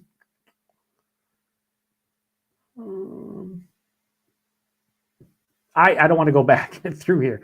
Whoever asked about baked pumpkin, it's up next. So Lancaster's baked pumpkin. They're out of Lancaster, PA, and I had this beer for the first time this year. I wanted to try it in the past. It is basically just a pumpkin ale. I think it's pumpkin spices and natural flavors. They say. I think they might use vanilla. Regardless, I said damn solid value pumpkin beer, subtle in many ways but easy to drink. So I wasn't blown away with it, but considering what the price point probably is and the availability, especially if in your PA, like I thought it was pretty solid. It's nothing that blows my mind, but it's a solid, like low B tier for me. That's kind of where it landed, low B tier, 100%. Not much better than that, in my opinion. So we'll go low B on the baked pumpkin. Next, we have Left Hand. Kurbango earlier talking about Left Hand and their natural flavors and just. Left Hand might be the most disappointing brewery to me right now based on the stuff I've had the last couple of years. Their milk stouts, the flavored ones, just disappointing. Their nitro beers, this one, in addition to, this was actually better than like the key lime pie one they did. They did a, what else did they fucking do? They did a Black Forest nitro. That was good, but a little bit wonky. They did a Getting Tiki with it nitro, which was like a pina colada beer that was just a miss. Their nitro beers just aren't doing it for me as much anymore. This one was fine, albeit not my favorite. I said nose was way better than taste. Also, still not as good as their milk stout nitro lineup, though. If interested, the Beer Patrol YouTube can be found on obviously YouTube. And yeah, I mean, it was all right. It's like a high C tier. What would I give it? High C or low? Yeah, I think I gave this a solid C tier. So. I mean, it's Left Hand, man. It's so disappointing to see Left Hand do what they're doing right now. I'll just be honest with you. Very disappointing. Not at the top of C tier. What the fuck? Why can't I put it to the back here? What the? Jesus. Jesse says, good night, Joe. This list tells me you've had maybe too many pumpkin beers. Could be. Here's the thing, Jesse. This is only the beers I've reviewed since 2018. If you want to talk about pumpkin beers, I'm well over 100 unique ones. It's fucking gross, but it's gross. Anyway, we go to probably my most surprising pumpkin beer to date in terms of I can't believe it was this good. It comes from Neshaminy Creek out of Pennsylvania, and it's their Punkless Dunkel. So it's an Imperial Pumpkin Dunkelweizen. And the easiest way to explain this, and I've never had it, but it wants me to, it's basically inspiring me to try out a recipe or try to find pumpkin banana bread, because that's what it tasted like. It tasted like pumpkin banana bread in beer form. It hid the alcohol relatively well, and it was one of the most unique yet delicious pumpkin beers I've ever had. And this is a top 5 pumpkin beer of all time. So if you're a PA or you get the Neshaminy Creek stuff, next year when this beer is released, grab it. I swear, if you like pumpkin beers, grab this fucking beer. It is absolutely fucking just delicious. It just is. It just is. So this is actually going above both of these, and it's right behind Good Gourd. Yeah. Dead serious. Right behind Good Gourd. It's, insane. What else we have? Next, we have from. Okay, so this is one a lot of you can get, right? This is a beer that most of you can get. This is the Voodoo Ranger Atomic Pumpkin. So this is their pumpkin beer, but they brew it with cinnamon and habanero peppers, right? I didn't think in a million years this beer would work for me. And I know a lot of people who fucking hate this beer with a passion. I actually liked it. It wasn't like blowing me away, but I thought the habanero spice played perfectly with the spices, cinnamon, and the pumpkin beer as a whole. I said I didn't know what to expect, but I really enjoyed this one. Felt the peppers worked well with the base beer. Nice one. And that was in 2019. And yeah, when people ask me like what's one of your favorite, like, readily available from bigger craft breweries, like that is one I'll always say, hey, I wouldn't say to me like it's amazing, but it's definitely fucking really good for what it is. And this might surprise you, but this is low A tier for me. That I can't put in low A tier for some reason because it just makes me put it number one. So I don't know what that's all about. Yeah, low A tier all day, every day. What else we got? We have Dan agreeing with Jesse saying, I've been saying this for years about I've reviewed and drank too much pumpkin beers. Kerbango says, hashtag not enough pumpkin beers. He knows what's up. And then Dan responds with, gross. And then we have Ray Air Parade says, do top 10 list. Top 10 list would be fun. I'm probably going to do top 10 list this year. I don't know if I'll do it in the same way with this tier list, but you could easily add you could change the tiers from S, A, B, C, D, and F and just go 1, 2, 3. Or you could do top 10, top 20. And I could do the same way for like my top beers of the year. I think that could be something. Potter's Journal says, put a quarter teaspoon in my pumpkin pie. What are we talking about? No one knows. This is cayenne pepper. Okay. Yeah, I could see that. I think like peppers work well. I could totally see that working. Like I totally understand where you're coming from on that. So the next two we have are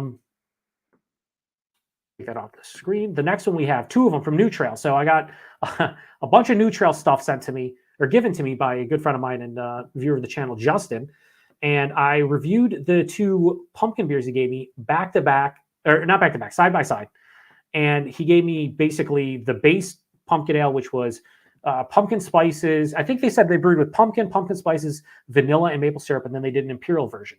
Well, the base one is called Zombies Are Pumpkin or Are People Too, and I got pumpkin roll vibes. Now I haven't mentioned pumpkin rolls yet. I will a couple more times, but I got like pumpkin roll vibes. If you've never had a pumpkin roll, it's that spongy pumpkin roll. It has like the whipped cream kind of filling or cream cheese, I guess, more so than anything, and then on top is powdered sugar. I like those. I like those as much as pumpkin pie. Depends, what kind of mood. I feel they're not as sweet, a lot of them. So this one gave me pumpkin roll vibes. The Zombies Are People Too, and it was really, really good. New Trail makes some really good beer. So this is low A tier for me, without question. Make sure I grab the right one here. Low A tier, just in front of the Voodoo and the Schmoogie, just in front of those. Definitely a good beer if you're in Pennsylvania or wherever New Trail gets distro, you can pick that up. I definitely recommend grabbing it. But the Double Zombies, the Imperial version, was definitely better, more intense. It was basically the base beer with a little bit more intensity to the spices. The body and mouthfeel are much better, and that beer was substantially better to me, where it's high A tier. It's right now going to be at the top of the A tier for me. Just an awesome beer. Didn't get quite into the S tier, but if I had to pick between the two, definitely Double Zombies over Zombies Are People Too.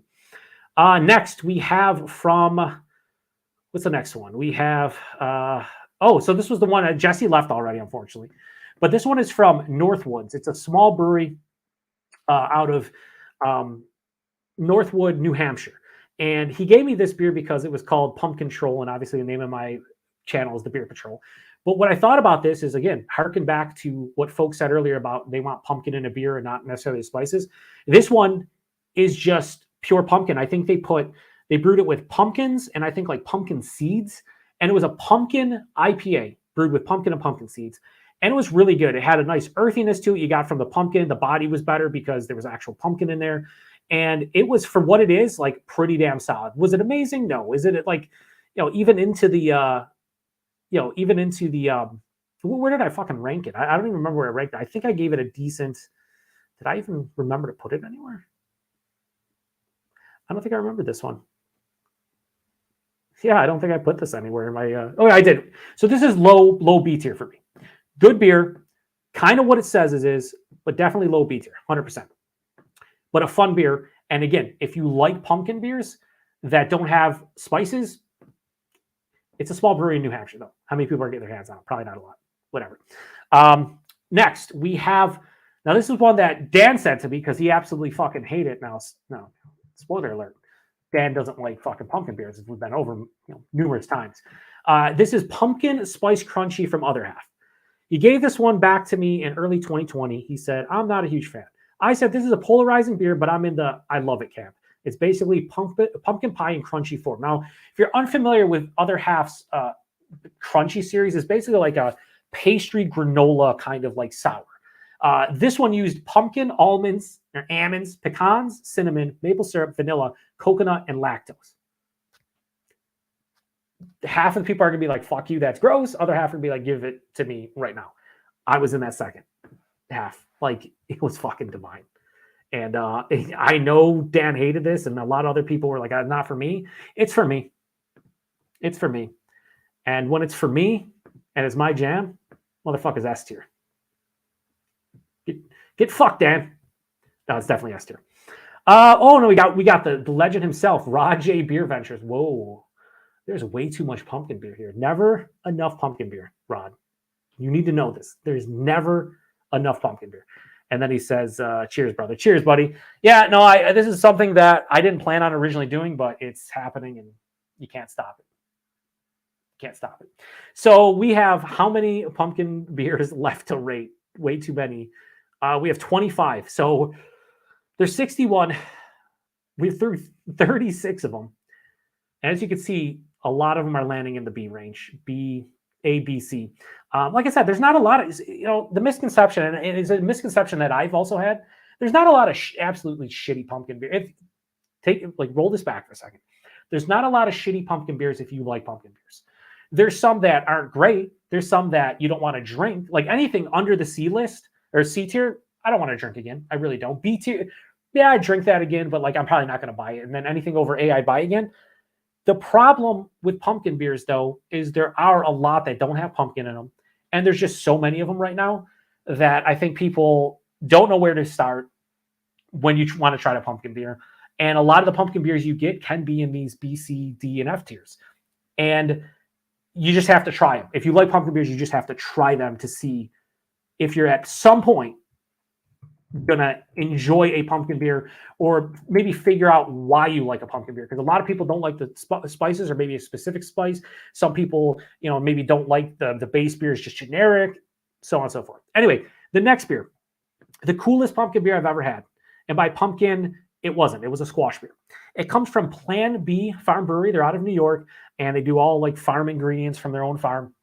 This was a New York farmhouse ale brewed with heirloom corn, squash, and spices aged in New York bourbon barrels. It was kind of insane. I said, such a tasty, unique take on a pumpkin beer, and it really reset the palate for me too. Can't wait to try more from these guys. I can't even properly describe what I tasted other than it was incredibly complex, unique, different, outside the box. And it was something that it was just fun. And I think when you drink beer and you review beer outside of enjoying the beer, you want something fun and different. And that was fun and different. And honestly, it deserves A tier. It's not a beer for everyone like most pumpkin beers, but it definitely deserves to be in the A tier. And it's just ahead of the Great Pumpkin. Take another sip of this Fezziwig. This Fezziwig, I don't know how many of you have had that or had this beer this year.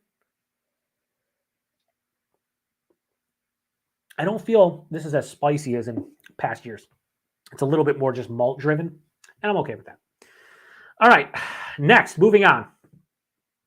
We have two beers from Prairie, and I had a lot of people, I'm talking a shit ton of people comment on both of these reviews. Why? Because a lot of them had the same opinion or had tried them and couldn't believe how good they were. Now, the first one is their basic Becky. This is an Imperial Pumpkin Stout. And it's a huge Imperial Pumpkin Stout. It's 11%. They brew it with pumpkin, cinnamon, nutmeg, clove, and coriander. I think they also brew it with pumpkin. Pumpkin as well. They didn't actually say, well, they do say pumpkin, cinnamon, nutmeg, clove, and coriander. I had this back in 2019, and I said, what a great Imperial Pumpkin Stout. I typically love Prairie Stout game, and this is no different. Incredible body and mouthfeel, too. At that point, that beer was probably top 3 pumpkin beers maybe I had to date, top 5. Still not there for me, but it's definite A tier.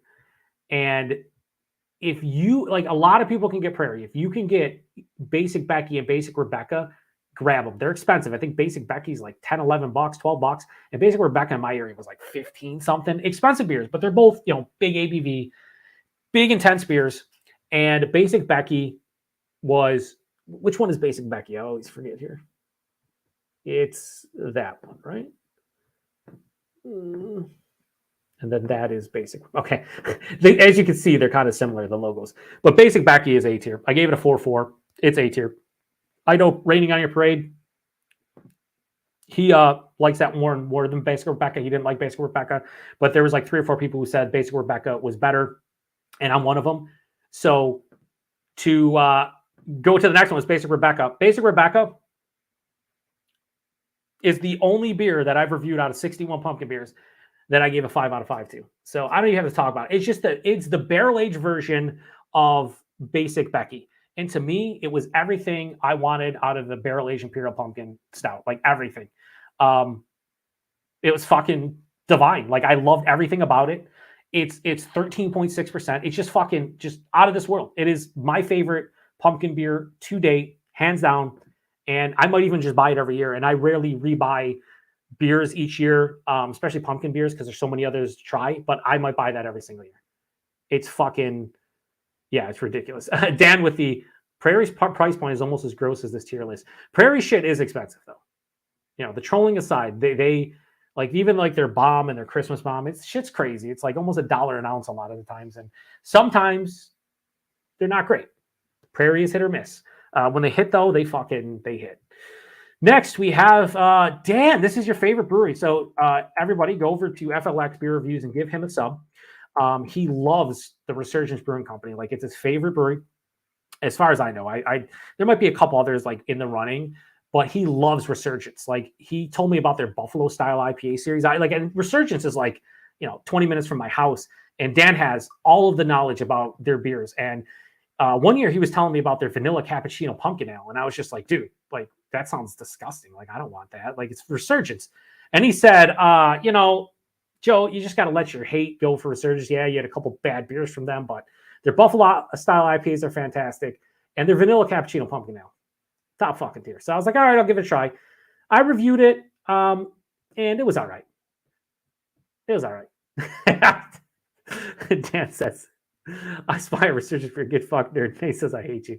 No, Dan does not like Resurgence. I like Resurgence for what they are. I still haven't had one of their Buffalo style IPAs, which I don't even know what Buffalo style IPA probably tastes like Cheerios. But yeah, so the first time I had their vanilla cappuccino pumpkin ale, it was delicious. Over the years, I haven't liked it as much. I don't know if it's them, getting bigger and like canning and bigger batches. Maybe I like the smaller batches. I don't know. But last time I had it, I said, still a damn tasty beer, but this year's offering is a bit disappointing. My palate just doesn't seem as sweet or rich. It was 2018, and I've not had the beer since I reviewed it. For me, it's a solid, like, B tier beer at this point for me, like just solid B, nothing more, nothing less. I probably should retry it at some point because I don't know. I might like it more. I might dislike it even more. I don't know. It's not. It used to be up there at Punkachino for me, maybe even better. Not anymore. It's not how it works. Tell you what. I know if you've been watching consistently or like a big chunk of the last hour and 20 minutes, please post in the comment section something, just anything. Because if I'm tiring out right now of pumpkin beers and reading these fucking lists, I can't imagine what's going on right now. This is crazy. This is crazy. This is a little bit excessive. If we do another tier list, like it's gonna be like top 20, top 25, something like that. This is fucking absurd.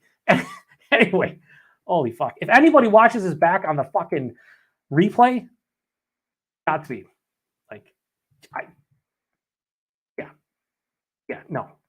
Just, no. All right, next we have from Rogue. This is a beer that a lot of you can get. I bought this when you had to buy the big fucking ceramic bottle for like $13, which was just absurd. They now come in the cans and they're like $4, so fucking rogue. But I said decent pumpkin ale, but if you take pricing consideration, it's one of the worst values in my opinion. Reviewed it in 2019, and I think I gave this like high, like a 3.5. This is C tier all day. Like I'm not going to spend much more time on Rogue here. It's a C. It's a C tier. It's a low C tier. It's under the left-hand pumpkin spice latte nitro. Like it's not. It's fucking not. It's just not it. Just not it. If I would have reviewed that one maybe in a 16-ounce can for like $4, I'd have thought more. But the fact that I had to drink like a 750 of it and it was $13, fuck that. Dan says Buffalo Style IPA is brewed with L's directly from the Bills. I just smelled the secret ingredient. Dan, maybe your team will win a playoff game again at some point. I'm not even a Bills fan, but I'm just saying maybe they will. This year would be the year. They have a good record until they blow it, like they usually do, because they're the Cowboys and that's what they do. Okay, next. I just spit all over my screen, right? Cool. Next. Rusty Rail. This was a fun beer. Rusty Rail. It was their pumpkin swirl. So Rusty Rail is out of Mifflinburg, PA, actual place called Mifflinburg. And I tried this one back last year, and it was kind of what it said it was. If we're doing stylistically, you call your beer a pumpkin swirl and you call it a pumpkin roll ale, that's a 5 out of 5. Taste-wise for me, I liked it. I said it pretty much tastes like a pumpkin roll in beer form. They did a great job of balancing the pumpkin spice character with the malt and vanilla, sweet but not overly so. Good stuff. I think I pretty much summed it up right there. This is definitely a high B tier for me, right above the Horseheads beer for sure. I would recommend, if you can get Rusty Rail stuff and you like pumpkin beers, try this one out. It's a little bit better than most beers that say they're pumpkin roll-esque or that use vanilla. I think they're pretty good. Next, we have Keith saying, been here the whole time. Almost fell asleep at one point, though. Haha. Keith, we should have formed that viewing party. Keith, I've almost fallen asleep. It's an hour and a half so far of me doing pumpkin reviews. I don't think I took into consideration the fucking sheer absurdity of what is transpiring in front of my face piece right now. Like I'm struggling. Like we're down to the last fucking whatever, like 15. We're gonna do it. We're gonna do it, boys. We're gonna do it. Cheers, Tanner. I shout you out. I shouted you out. I can't. It's English just fucking out the window. Tanner, I shouted you out earlier for your, doing the, tier list, the light beer tier list and whatnot. Good, giving me some inspiration for doing this, but then I did 61 pumpkin beer tier list, and I fucking don't regret it. But by the end, I will. Fucking definitely will. Oh, okay.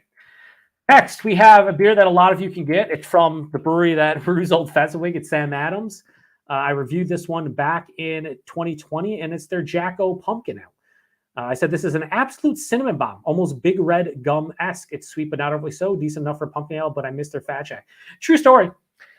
I reviewed this one a couple days after SNL did the fucking Bill Burr Jacko sketch, and I had DVR'd that, and I was going to watch it later in the week, and I had no idea Bill Burr did a fucking Jacko, so I posted this like a couple days after that, and there's a bunch of comments with people referencing Bill Burr's sketch, SNL sketch, and I didn't know what the fuck's happening, and then I watched it, and I was like, you got to be shitting me. But go, the Bill Burr fucking Sam Adams Jack-O sketch, SNL, fucking hilarious. Tanner, I know he loves it. Dan loves it. Fucking absolutely just fucking hilarious. The beer itself, though, I fucking just totally forgot the beer. The beer itself, a very solid D tier for me, high D tier. This is basically, somebody mentioned it. Somebody in the comments, if you guys remember, what's the cider? Is it Travelers Shandy or whatever? This used to be their pumpkin seasonal, and then I think Sam Adams just kind of like renamed it. They may have tweaked the recipe, but it's like a pumpkin shandy, and it's just not for me, dog. That's a no from me. High D tier, like, nah. As a great man once said, get fucked, nerds. But to Sam Adams, Jacko. Next, we have Saranac, who I always talk about along with Sam Adams as being one of those breweries that, helped me, learn the ropes so far when it craft beer and understanding like the different styles and whatnot. And their pumpkin ale was always solid. And when I reviewed it back in 2020, same thing. I said better than last time I had it, but similar to my memories of the first time I had it about 10 years ago. Caramel, brown sugar, cinnamon, allspice, toffee. And I said toffee instead of nutmeg because I'm fucking losing it. Sweet, but not overly so. Pretty damn good. And I gave Saranac's fucking pumpkin ale a 3.85, which makes it like a mid to low B tier. And I think that's fair. Significantly better than whatever the fuck that Sam Adams beer is. Like, I'm spitting all over it. I fucking probably should drink some water. Probably. Where the fuck does this go? Somewhere down here. Is it down here? Under? Is it Mashing Pumpkins above it? No. It's right above it. Okay.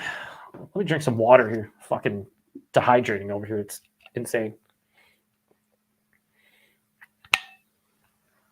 All right, so let's go through the fucking comments real quick because we only got, like 15, 14 left or something like that. Keith said, like I said, he's been here the whole time, almost fell asleep at one point. Dan with a nice Buffalo style IPA is brewed with L's directly from the Buffalo Bills. I just spilled the secret ingredient. Bills fans probably not happy about that comment. Talked about Keith forming a viewing party, and then he said Keith hates the Nitro Pumpkin. Check out his review, folks. Incorrect, Dan. Dan, here's where, like fucking Encyclopedia Jotanica. That was him and Katie hated the coffee one, the cold brew coffee, because it tasted like burnt coffee. And then I reviewed it that year, and I didn't hate it, but yeah. He says that would have been sweet. Let's do that next time for sure. Cheers, Joe from Tanner. Cheers to you, Tanner. See, Joe, you need a coast. I could be Andy to Conan. Yeah, I need like an injection of like straight on caffeine at this point. Awesome, bro. I appreciate it, man. No problem, Tanner. I didn't want to feel like I stole it from you, but I saw you do. It was on a Wednesday. You did like the light beer one, and then I don't know if you did another one, but I thought it was a pretty cool concept. Yeah, that beer is not good. Talking about Samuel Adams, Jack O. Dan and Tanner, loving on each other. Nothing wrong with that. Potter's Journal says, first one I ever had. Are you talking about Saranac, Potters? Because I feel like, And then Tanner says, oh, well, I miss you too, Dan. Oh, do you, though? And then Kerbango with that allspice is so essential. Yeah, I like allspice. It has to be used properly, sometimes a little bit too much. Although no spice to me can be overdone more so than cinnamon. Like when you get a cinnamon bomb, like I think Dan mentioned it before, some cinnamon beers where it's like you did the cinnamon challenge where like you almost have that insane cinnamon dryness that just like envelops your tongue and you're just like, it's like you have a cat tongue devoid of saliva. It's like sandpaper. It fucking ruins everything. So cinnamon for me is one of those things where it's like, it's got to be without question in moderation at most. Next, we have the beer that Matt was talking about earlier. So this is a like hyper local for the most part. It's from Saucony Creek. I haven't seen people really outside of PA ever mention this beer, but it's their Maple Mistress. Now, like I said, it's pumpkin beer tier list, but you can mix in, any kind of gourd beer. And I don't know if butternut squash technically is in that realm, but this is a roasted butternut squash beer with maple syrup, and they say pirate rum spices. It's 9.5%. And it's fucking so delicious. If you want something outside the box that's not just a straight pumpkin beer, this, I've always enjoyed it. I've had it for the first time back in 2014. I had it again the following year, and then I had it again this year, and it's always been top-notch. And like Matt was talking about, this is a top 5 pumpkin beer of all time for me. It's not quite top 3, just outside the top 3, but it's top 4. Right behind this Punkless Dunkel, or do I go in front of it? Yeah, it goes in front of the Punkless Dunkel.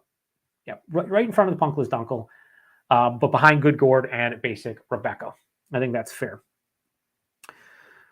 All right. Now we have a beer. Little bit of controversy, I'm sure, here. And by controversy, again, it's not like a big deal. There's like 12 people watching, maybe even less, 13 now.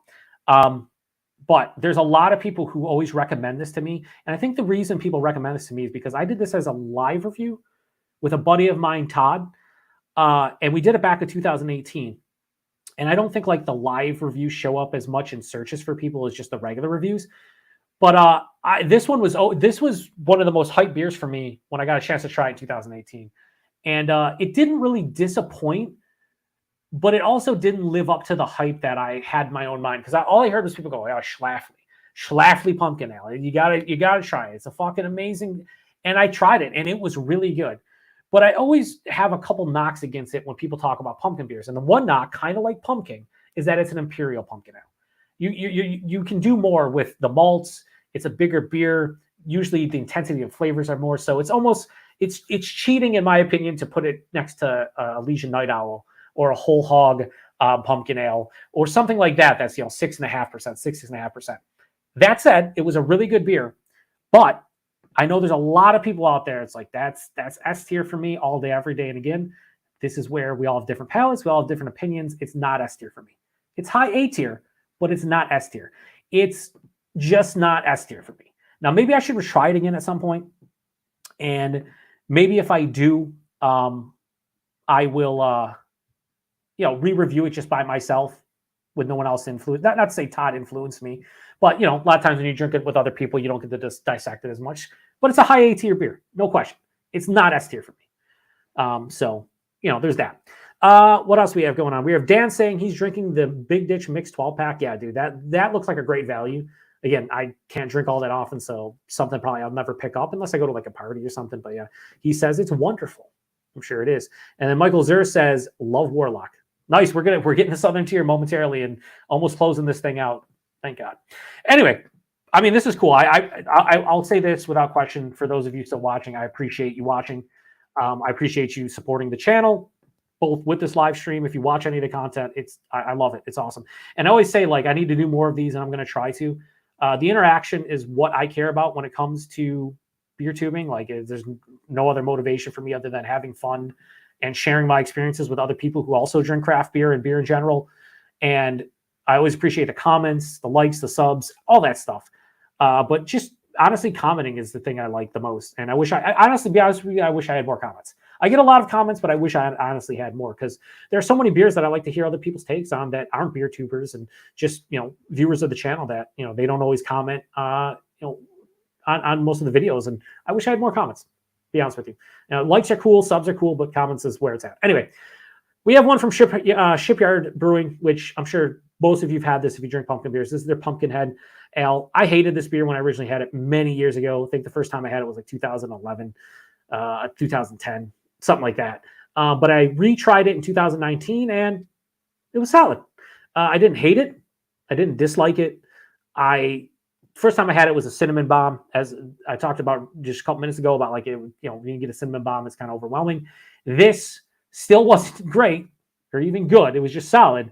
So this is a low C tier for me, Shipyard Pumpkinhead. Now, Ring Air Parade talking about their Smash Pumpkin, which I've had many years ago and really liked. And then they have a bourbon barrel aged version. I'd love to try both of those. Maybe I'll put them on the list next year. We barely get Shipyard shit anymore, so I'll probably have to rely on somebody that can get their stuff. Kerbango says, is it Kerbango or Kerbango? Kerbango? I want to say Kerbango. I feel like that sounds better. Anyway, he says, does Anchor Brewing have a pumpkin beer? That would be cool. I don't think so, but that would be cool. As far as I know, the oldest pumpkin beer was Buffalo Bill's Pumpkin Ale, and they just went out of business this past summer. So now the oldest pumpkin beer, I think, post-Prohibition, is this beer up here, right here from Lakefront, their Pumpkin Lager. I don't think Anchor ever brewed a pumpkin beer, and if they did, I'd imagine it's probably like brewery only. I've never seen them ever seen a can or anything of that. So next we have from Jesus Christ, from Smutty Nose. We have their pumpkin ale. Now, their pumpkin ale is one I really enjoyed back in the day, and then I reviewed it back in 2020, and it was most disappointing. One of the most disappointing pumpkin beers I've had. I said, first time having this in many, many years, and it's not the same as I remember it being. Earthy and dry with little pumpkin spice character. Bummer. And yeah, again, so to harken back to the folks that don't want to be bombarded with pumpkin spice, this is a beer for you. It was very reminiscent of the Fear from Flying Dog, if it wasn't like a black IPA / like Imperial Stout type of thing. It is very, very similar to Post Road Pumpkin Ale from Brooklyn. That's what I would say. And I gave it a 2.9, and it's a low D. And it's a low D, unfortunately. And I like Smutty Nose. I always have a special place in my heart for them. And it's just not my jam. Just not. It was much better back in the day. I don't know what went wrong. Kerbango. There you go. Oh, per Battlestar Galactica. Okay, that makes sense. Yep. So it's, as he said, Kerbango. bang, go. Ker, bang, go. Per Battlestar Galactica. All right.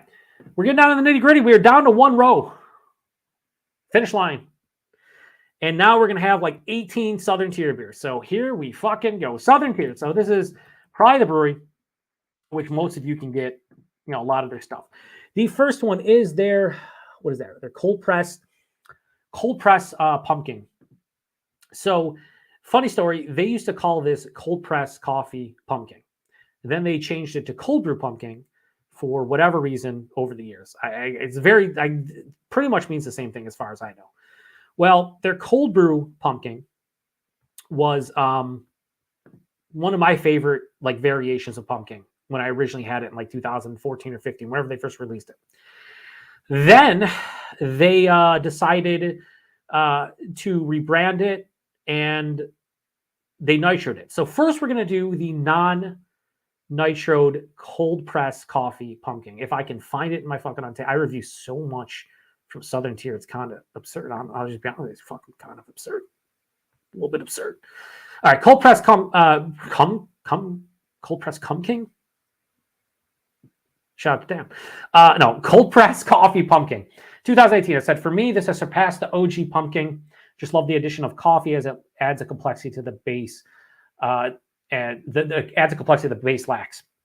So this beer, to me, is definitely in like the mid A tier range, right? I gave it a 4.25. I'd probably stick with that rating as far as this. Fucking Dan. This man just said pros Popish and Encyclopedia Jotanica strikes again. That's right, motherfucker.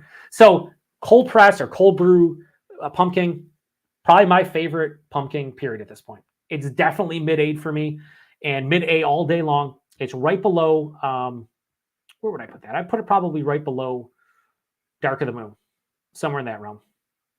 Yeah, I think so. Right below Dark of the Moon. Right there. That's where that goes. I don't know. I like it. The Nitro version, however, which is next, not a fan. Oh, no. What is next? Is it the Nitro?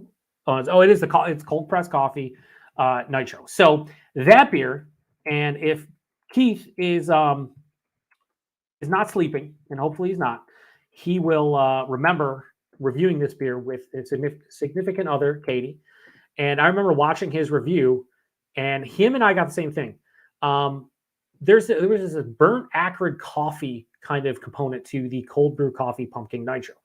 I really liked the mouthfeel, the body, everything. The flavors were nice, and then you got that acrid coffee finish. And the beer went from like a high 4.25 to instantly, like, I think I gave it like a 3. Let me see what I gave it. I think I gave it like a 3. Yeah, I gave it a 3.75. Like, it dropped at a half point. And after I drank that off camera, I probably would drop it even a little bit further. But as is, it's a solid C. So cold brew coffee pumpkin, the regular, from a mid-A to a mid-C because of the acrid kind of just gross finish from the Nitro version. I don't know if I got a bad can or we both got bad cans, but it was something that definitely was off with the can. It just wasn't good. As he says, hot garbage. I totally agree with you. It was, again, I give it, I'm just fucking shaking everything, hitting my table. I gave it a mid C, but like, it's probably like lower C, high D at best. Like, it's such a shame. Next, we have just good old pumpkin from Southern Tier. This is, the beer that so many people have had, 8.6%. Now, there is a viewer of the channel. I don't know if he's watching or if he's going to watch the replay.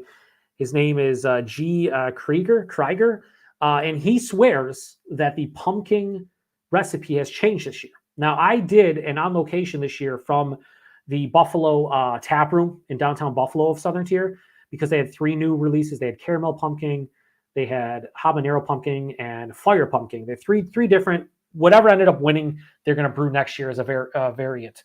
I had the regular pumpkin just so I could have the base and see the differences. And I didn't notice like a huge change, honestly. It was very similar to what I remember, a big graham cracker crust, a little bit of like whipped cream, and it was still really good to me. So I haven't seen a substantial change from pumpkin. I'm not saying it hasn't because I haven't had the bottles this year, and I won't, but it's just regular pumpkin to me is always just your solid, good pumpkin beer. That it's a pumpkin beer that like it's just good. I don't love it, but it's solid. So it's probably going to be low for some, but pumpkin is right into kind of like that Dogfish Head pumpkin ale kind of realm for me, where it's like I like it, no problems. Like you're at a grocery store, you want a pumpkin beer, maybe a little bit bigger ABV. Yeah, I'm hip to it.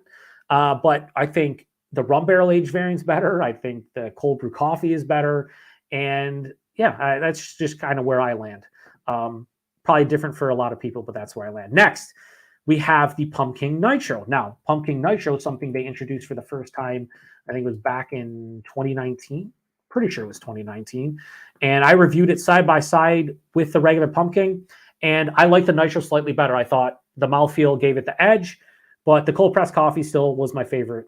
And I've had the Nitro one time since then. And again, it's a little bit better than me, or better, everything's better than me, a little bit better than the pumpkin, in my opinion. So Southern Tier Pumpkin Nitro, little bit better than the regular pumpkin, but not by a lot. We're going to put it right past the Abomination up here. It goes right here. So high B for the Pumpkin Nitro. I think that's kind of where it lands. Next, we have Rum Barrel Aged Pumpkin.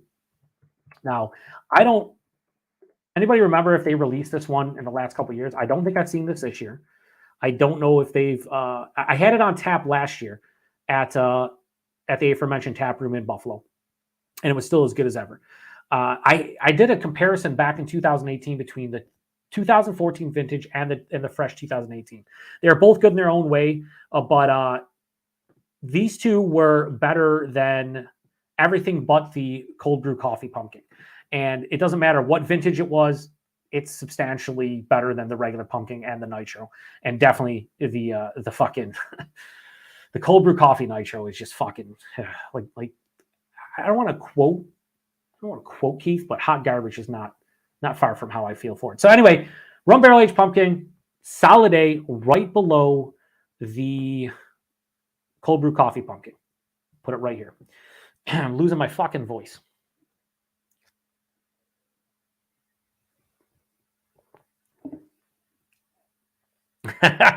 I think I also agree with this, and I'm the one doing it. Dan says this stream is the epitome of pumpkin beer. It's too much and it won't go away. Thank God technology has afforded me the ability to have this in the background while doing other tasks.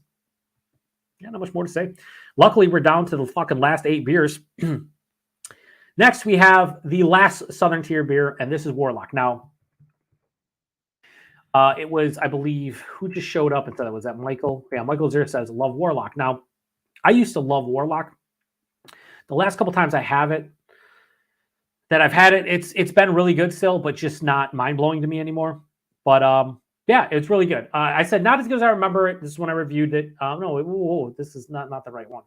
Maybe, what did I have it? 2019? It was 2019, I think. Yeah.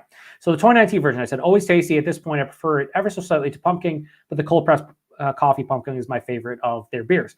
And that's kind of where it lands for me. It's, to me, and again, folks will disagree to some degree, but Warlock is the epitome of like, not quite an A beer for me, but a super high B tier, the highest that I can go as far as like giving a beer, a proper rating in terms of where I believe it should go. And I think that's where it belongs. So high B for me, could be low A depending on the year, but I just like the cold brew coffee pumpkin better for my palate. So it is what it is. Now, Michael just said it's my favorite pumpkin beer. And I know there's a lot of people that love that beer.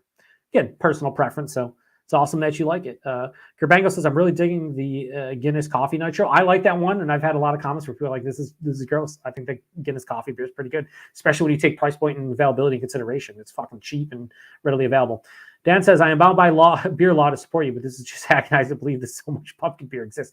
And this isn't even all the beers I had, Dan, as I said. This is just the pumpkin beers I reviewed. We're down to the last couple, though. So, yeah, hold tight. We're almost done. Smash a Lantern from 3 Beards. This was a beer that was given to me by the aforementioned Justin, along with the New Trail stuff. Unfortunately, this beer kind of turned. It started to get like this tart, infected kind of feeling. Kind of worked, though, because if you ever had like apple cider where it has that nice tartness to it, like a slight tartness. That's what this beer had. So it was almost like apple cider meets a pumpkin beer. I really enjoyed it. It would have been better without the tartness, but it didn't completely ruin it. And this is another low B beer for me. It's just below the Griffin Claw. It's a solid beer. Nothing more, nothing less. It is what it is. The fact that it was a pumpkin Weizenbach though excited me until that tart quality was in there, and I was like, I just want to drink this beer without that tartness to see how it is, and I didn't get a chance to do so. So, it happens.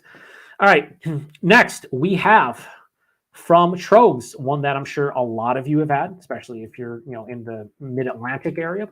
This is their Master of Pumpkins, and this beer hit me in the feels. I reviewed this back in 2019. Hit me in the feels more so than most pumpkin beers. I said, one of my favorite no-frills pumpkin ales this year. Super intense spice character combined with a nice pumpkin pie filling notes. Tasty.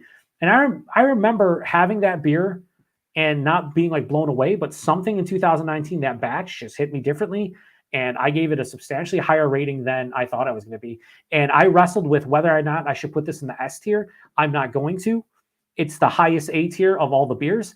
It is a great pumpkin beer, in my opinion. I think it comes in cans now. And when I had the cork and Cajun, was like a little bit more expensive. They used to, I think, come in 750s, maybe 16, or maybe was it 12.7 or 16.9 ounce bottles. I think mine was 12.7. But yeah, I mean, it's a really good fucking pumpkin beer. And if you're in the mid-Atlantic, Northeast, you can get Trogue stuff. And it was pretty fucking good. All right. Next, from Two Roads, we have their Rhodes Mary's Baby. So this is a beer that sounds substantially better than it really is. So Two Roads makes some interesting beers. I think they're more well known for the fact that they contract brew a lot of other brewery stuff. But Rhodes Mary's Baby is an ale brewed with pumpkin and spices, aged in rum barrels with vanilla beans. Sounds awesome to me. And then I see that at 6.8% when I'm reviewing it. And I'm like, okay, how good is this going to be? It was all right. I said pretty good pumpkin ale, but wanted a little bit more rum character. I also want to try Rosemary's Other Baby next year, which is an imperial version of this. That would have made more sense. Never seen it in my area. But that beer itself is just a low B tier, 3.85, like nothing more, nothing less. Just a solid pumpkin beer. And I don't think I'd ever drink it again. If we're being honest, it's okay. Fucking Paul from PA Breweries is here. All right. Let me finish this fucking list and then I'll read all the goddamn comments. Help me. Next, we got from UFO. Got their Journey to Planet Pumpkin. I think they renamed this or used to have a different pumpkin beer. UFO beer is under the Harpoon umbrella. I think they just used to be UFO White Ale and then they became an entire brand themselves. So this was actually not terrible, all things considered. I said nutmeg, ginger, and cinnamon with a nice underlying caramelized sugar malt base. Not my favorite pumpkin beer, but you could do much, much worse. Solid offering. Reviewed this one last year. Not terrible. Like the label, but this is the epitome of like a low C tier beer. It's just okay, but that's kind of what you expect from the UFO lineup, I think. I haven't had many beers within that lineup that are like, oh my God. Even like the regular white, the Belgian style white ale is just, it's okay for what it is, right? Next, we have one of the best beers I ever had. Comes from the Voodoo Brewing Company, who I know, Paul, you love them. I know you love them. Oh man, Paul's had so many beers from them. He's lost it in different reviews and stuff. It's pretty hilarious. Anyway, I had their Caution Contains Real Pumpkins. So this was a barley wine. Like an English, I think it was more English. It could have been American English, drink more like an English barley wine brewed with over 200 pounds of real pumpkins and then aged in early times whiskey barrels with Madagascar vanilla beans, even more pumpkin and a hint of cinnamon. And I don't know, I've had like one other pumpkin barley wine in my life. I think it was from like Almanac. And this just was fucking epic. It was my favorite beer of all time within pumpkin beer realm back in 2018. It has been surpassed by Prairie's Basic Rebecca, but this is still the second best beer I've ever had when it comes to pumpkin beers. So this gets S tier right behind that, just above Good Gourd. Fucking epic beer, just amazing. And if you live in Pennsylvania and you can get to, you can get to Erie or Where's the other location, Paul? I'm sure you'll tell me in the comments. They have a couple different ones. If you can get to any of their locations around, the fall time, and you can pick up that beer, and you like barley wines, you like pumpkin beers, like I can't see you not liking that. I just don't know. It's pretty good. I do know Matt over Massive Beer Reviews reviewed it years back, and he wasn't like thrilled with it, but I loved it, and I think he had it a year after I had it. I can't remember. Next is a classic here in the Northeast Mid-Atlantic region. From Weyerbacher, it's their Imperial Pumpkin Ale. I reviewed that this year, courtesy of Matt. Always enjoy it. Always a good pumpkin beer. Weyerbacher, or W.E. Yerbacher, has, I think they just went bankrupt again. I still think they're doing distro, but like their tap rooms closed and stuff. I don't know. Weyerbacher used to make some awesome beer. We just don't get them here in the Western New York area. Still, the Imperial Pumpkin Ale, really good. And one I'd highly recommend. It's a solid A beer all day, every day. At least to my palate, which granted isn't great, as you can see. Put it over there. All right. Read comments and we'll do the final one. Holy fucking help me. Please help me. Someone help me. Paul says, I've always give Rum King a pass, but still barely a pass. Hashtag pumpkin beers suck. Hashtag just say no. Hashtag never once. Kisses, love you, brother. Paul is much like Dan, where they hate pumpkin beers, and it is what it is. Kerbango says, bro, I love the pumpkin season videos, and I might be in the minority here, but I'd be down for a whole month of pumpkin vids. Kerbango, love the enthusiasm, and I love that you are an ally. If I had to drink an entire month of pumpkin beers, I would just probably want someone to put me out of my misery. I love pumpkin beers, but I could not do like an entire November of pumpkin beers. I think it would ruin pumpkin beers for me. Doing 10 each year is fine. By the last couple, I'm like, all right, I'm done for the year. I did like 15 or 20 this year because I reviewed more. It's just a lot of fucking pumpkin beers, dude. Just like a lot of pumpkin beers. But I appreciate it. I mean, I know there's a lot of people out there who like pumpkin beers. You know why? I get a lot of comments. I get a lot of views on them. Like, people like them. Like, a lot of my friends are in the minority, I think. Dan says, Paul, I love the fact you haven't fell under the wicked spell of the pumpkin beer mistress. He says, pumpkin season, got to love good mating season. Haha, the Maple Mistress and her pumpkin sisters. Yeah, I think Maple Mistress is like the only beer Paul likes, and it's butternut squash, so go figure. Fire Journal says, unique, good fit. Pumpkin in a Saison Master, but I don't want it again. I could see that. Paul says, it's an adjunct coven that wants to corrupt your souls. And then Dan says, whatever happened to Almanac? I have no idea. They had that pumpkin barley wine. They had a pumpkin sour. But they did a lot of cool beers, like a lot of cool barrel aged beers that we used to get a shit ton of them here. I haven't seen their stuff in like 5 years. I don't know. Okay, so for 12 viewers still watching, God bless you. We got to the final beer, and this to me is my favorite, relatively low ABV, all things considered, when you take it into consideration with all the rest of the beers that are at the top of this list. It's not like super low, it's 7%, but it's not technically imperial. It's kind of a no frills pumpkin beer, pumpkin and the spices. It comes from Whole Hog, and it is their Whole Hog pumpkin ale. And I think it's really weird because I think on Untappd here, like, they split off Whole Hog from Stevens Point, and I checked this beer in, but it's like checked under the Stevens Point Brewery instead of the Whole Hog, whatever. I got to find my check-in. I said, one of the best pumpkin beers I've had, pumpkin pie filling with a touch of graham cracker crust and whipped cream. And this is, like I said, the best no frills pumpkin beer I've had to date. It's 7%, nothing crazy, just a really fucking good pumpkin beer. And therefore it goes into the S tier, or right behind the Dunkless. They're Dunkless Punkless Dunkel. And there you go. Here's the fucking tier list. Yay. So as you can see, we have fucking 12 beers in the S tier out of 61. We have 15 in the A tier. We have fucking 18 in the B tier. We have 18 in the B tier. We have 9 in the C tier, 4 in the D tier, and 1 in the F tier. What this list shows you is I drank way too many pumpkin beers, period. And that the B tier has the most And it's because that's where a lot of pumpkin beers fall. Just solid, decent offerings, nothing amazing. And a lot of the ones that are in the S or A tiers are like one-offs. They're not like readily available. The best thing I could say about pumpkin beers is that, like, if you want something that's going to blow your socks off, if you like pumpkin beers, look for something local, look for something different, barrel aged, different ingredients, outside the box, because the vast majority of like regular pumpkin beers are just good. Some of them are great. They can be. Some of them are shit, as you can see. But again, this is one man's opinion.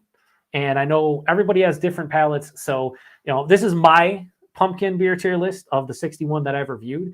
And I think it's an all right tier list. I'm fine with it. But this tier list live stream has taught me two things. Number one, if I do another tier list, there's not 61 beers happening. I think cap it at like 20 to 25, especially if you have a panel. This is way too much. I'm basically losing my voice. And I just can't do it. Number two, I drink way too many pumpkin beers. And maybe not enough, depending on how you look at it. And number three, I appreciate everybody coming out for this. So we'll take one more look at the fucking comments. I need like a shot of like I said, I need like a fucking energy drink, and can't really do that with my heart, but I kind of feel like I need one. Kerbango says, what is an adjunct? Pretty much anything added. People are going to debate. You can say adjunct or additive. It's basically anything that's not a part of the four core beer. So malt, hops, yeast, and water. That's basically what an adjunct is. He says, Joe, take us home. I wish I need to just like steer us off a cliff and just explode this fucking pumpkin beer tier list. He said, we did it. Yeah, we certainly did. We don't win any prizes. Potter says, your pumpkin live vlog over the top, insanely madly well done. I appreciate it, man. Yeah, it was fun, but I'll tell you, the last like 15, 20 beers, holy fuck. Yeah. Dan says, save the list and use it as a thumbnail. Thank me later. Yeah, it's a good fucking call, brother. I'm definitely going to save the shit out of this. I'm going to stop sharing this fucking screen because you want to see my horrible face. But let's stop sharing this real quick. There we go. Yeah, I'm going to leave that up and I'll just save it and go from there. Ryan says, "Well, hog is up a whole hog." Yeah, to me, it's awesome. Like again, I heard so many good things about that, and it was one of the pumpkin beers that kind of lived up to the hype, which is rare nowadays. And then Dan says, "If it's anyone from suffering to have to watch it all, it's true." He says, "So now that the dust has settled, what is your favorite?" If we're going, this is the thing. If we're talking, I'll do two. What my favorites are. If we're talking about something a lot of people can get from a bigger brewery, it's Good Gourd. Good Gourd to me is the epitome of like an imperial pumpkin ale that comes out every year. It's not insanely priced. I could have bought like a 6-pack for like 12, 14 bucks, something like that. Good Gourd's amazing. If we're talking about like a special release, something a little bit spendy, over the top, that Basic Rebecca was hands down my favorite pumpkin beer, period. But that's also $16 a bottle. Something I wouldn't probably buy every year at that price point. Who knows if they'll bring it out again. The Maple Mistress from Saucony Creek's up there too as a non-pumpkin beer with the butternut squash. If we're talking about non-imperial, whole hog all day, no questions asked. But anything in the S tier for me is something that I think is without question worth buying if you like the style. The A tier, like the higher A tier, sure. Any of the A tier beers you're worth trying. Anything under the A tier, it all depends on your palate, I would say. Desiree Ability says New Trail Pump Beers Main. It's on. Desiree, it's on. I have it on. I just shut it down. But the Zombies Are People too. I guess I could just share it again real quick. Maybe. Let me share it again. Now you know why. It was in the A tier. Both of them. I like the double zombies more than the Zombies Are People too. So I like the Imperial better than the regular, which is common, but definitely in the top two tiers for me. Ryan says, "Thank you for doing this. It was a blast." I appreciate you chatting, Ryan, and anyone else who showed up. Like Potter's Journal. That's what I got here right now. Nice. Good Gourd is fucking delicious. It's a really good beer. And Kerbango says, "You're a legend for this one, mate. Thanks for the stream and all our reviews." I appreciate it, man. Yeah, no, I need to do more like this. Like, okay, so if anybody wants to throw out ideas, we had Lee Russell earlier talk about maybe doing an Oktoberfest kind of tier list. I think that would be fun because you would have all the authentic German Oktoberfest with maybe some of the ones here in the States. What other style? Like, I was thinking about this. You could do a lot of different styles like I did tonight. You could, there's fucking 100+ styles and substyles, right? But you could also do like favorite breweries, favorite, hop producing breweries, favorite sour producing breweries, favorite barrel age, who has the best barrel age program in the world. You could do different favorite hops, favorite malts. There's just so much shit you can do with these tier lists. But the two things I've learned tonight is one, I think I have to invite people. I didn't do that tonight because not everyone's going to have the 61 beers that I did. So fucking clearly. Number two, I got to limit it to like 20 to 25 beers. 61 beers is fucking insane. If we do, say, perfect example right here, Kerbango says, Hop Butcher. I was thinking about like doing a Hop Butcher tier list and do just like their double IPAs, like none of their pastry stouts, none of their triples, none of their like regular IPAs or pale ales or anything, or lagers. Just do their double IPAs, put like the top 20 that we enjoy, rank them. I think that would be fun. Could do the same thing for other half, but then you could go to like earlier on, Billy was like, do holiday beers. How about like fucking holiday beers, Christmas ales? Like Christmas ales would be a really fun one. Just do 20 to 25 of the ones that are readily available across the US and in the world. Like there's so many of them. Yeah, I mean, Dan, next time I do it, I'm going to have at least a couple people because I can't talk. I mean, here's the thing. I never thought, if you guys watch my reviews, you hang out with me, I talk more than probably 99% of the beer tubers out there. Like I talk a lot, right? I say a lot of stuff. I like talking. This is too much talking for me. And that's saying something. I just can't. I mean, I kept it going, but like my voice is like hoarse and shit. So, gotta take a sip of water, baby. But yeah, if anybody has any other ideas, like we got Hop Butcher from Kerbango, Dan mentioned the other half, Lee mentioned the Oktoberfest. I've had somebody say too, like there's another style too. I forgot. Somebody else, favorite hop. Somebody mentioned. Dan, the only thing worse than sitting here watching me do a pumpkin beer tier list is you actually being involved. You would hate it. You would be like, Jesus Christ, Joe. So, yeah, I think I'm going to shut this down. Just over 2 hours. I'm glad I got it done, within the 2 hour range. That's what I was hoping for. If Desiree says pretzel beer tier list. Is there that many pretzel beers or beers that perfectly with pretzels? I don't know. He said, I'd be down for a cream ale list. Well, let me tell you, Kerbango, it would be Genesee cream ale, Genesee dry hop cream ale. Done. There's your tier list. It's over. Lawnmower beers would be good. You could do favorite macro lagers, favorite light macro lagers, favorite like American lagers that aren't macro. I mean, you could do, again, there's a fucking ton of different tier lists you can do that could certainly work. It's just, if I invite friends and other beer tubers and whatnot, we kind of have to have all the beers. Or like Dan was like, let's do an other half tier list, right? Dan and I drink so much other half that if we did 20 of like their top IPAs or 20 of like just double IPAs from them, like we probably have both had most of them, so we could rank them.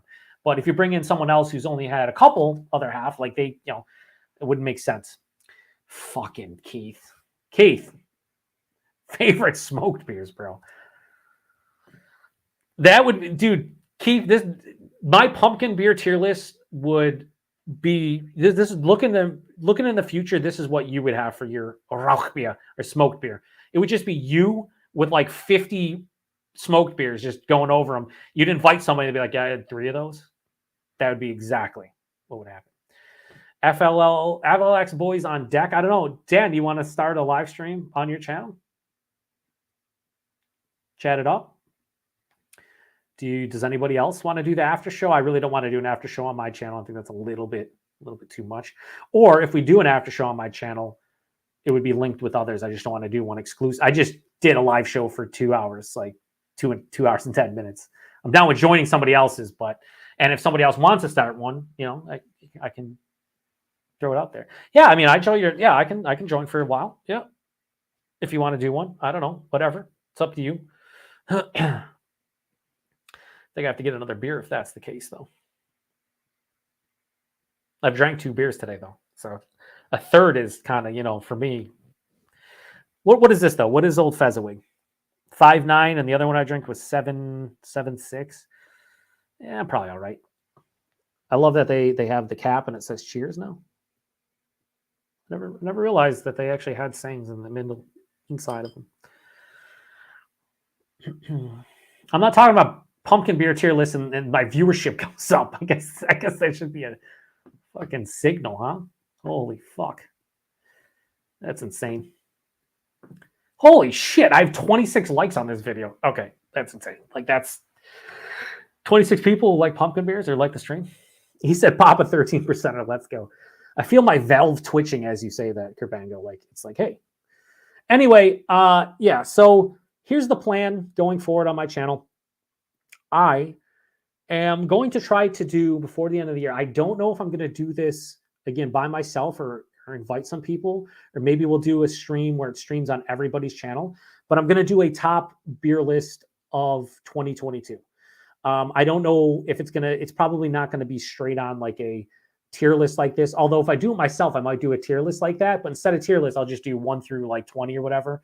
Probably do like a top 20 beer. A lot of people will be like, oh, let's do a top 22 beer list because it's 2022. I did that in 2019. I did a top 19 and just whatever. It's fucking, you'd probably do a top 20 or maybe like a top 10. Maybe we'll get real nitty gritty, do a top 10 best beers of 2022.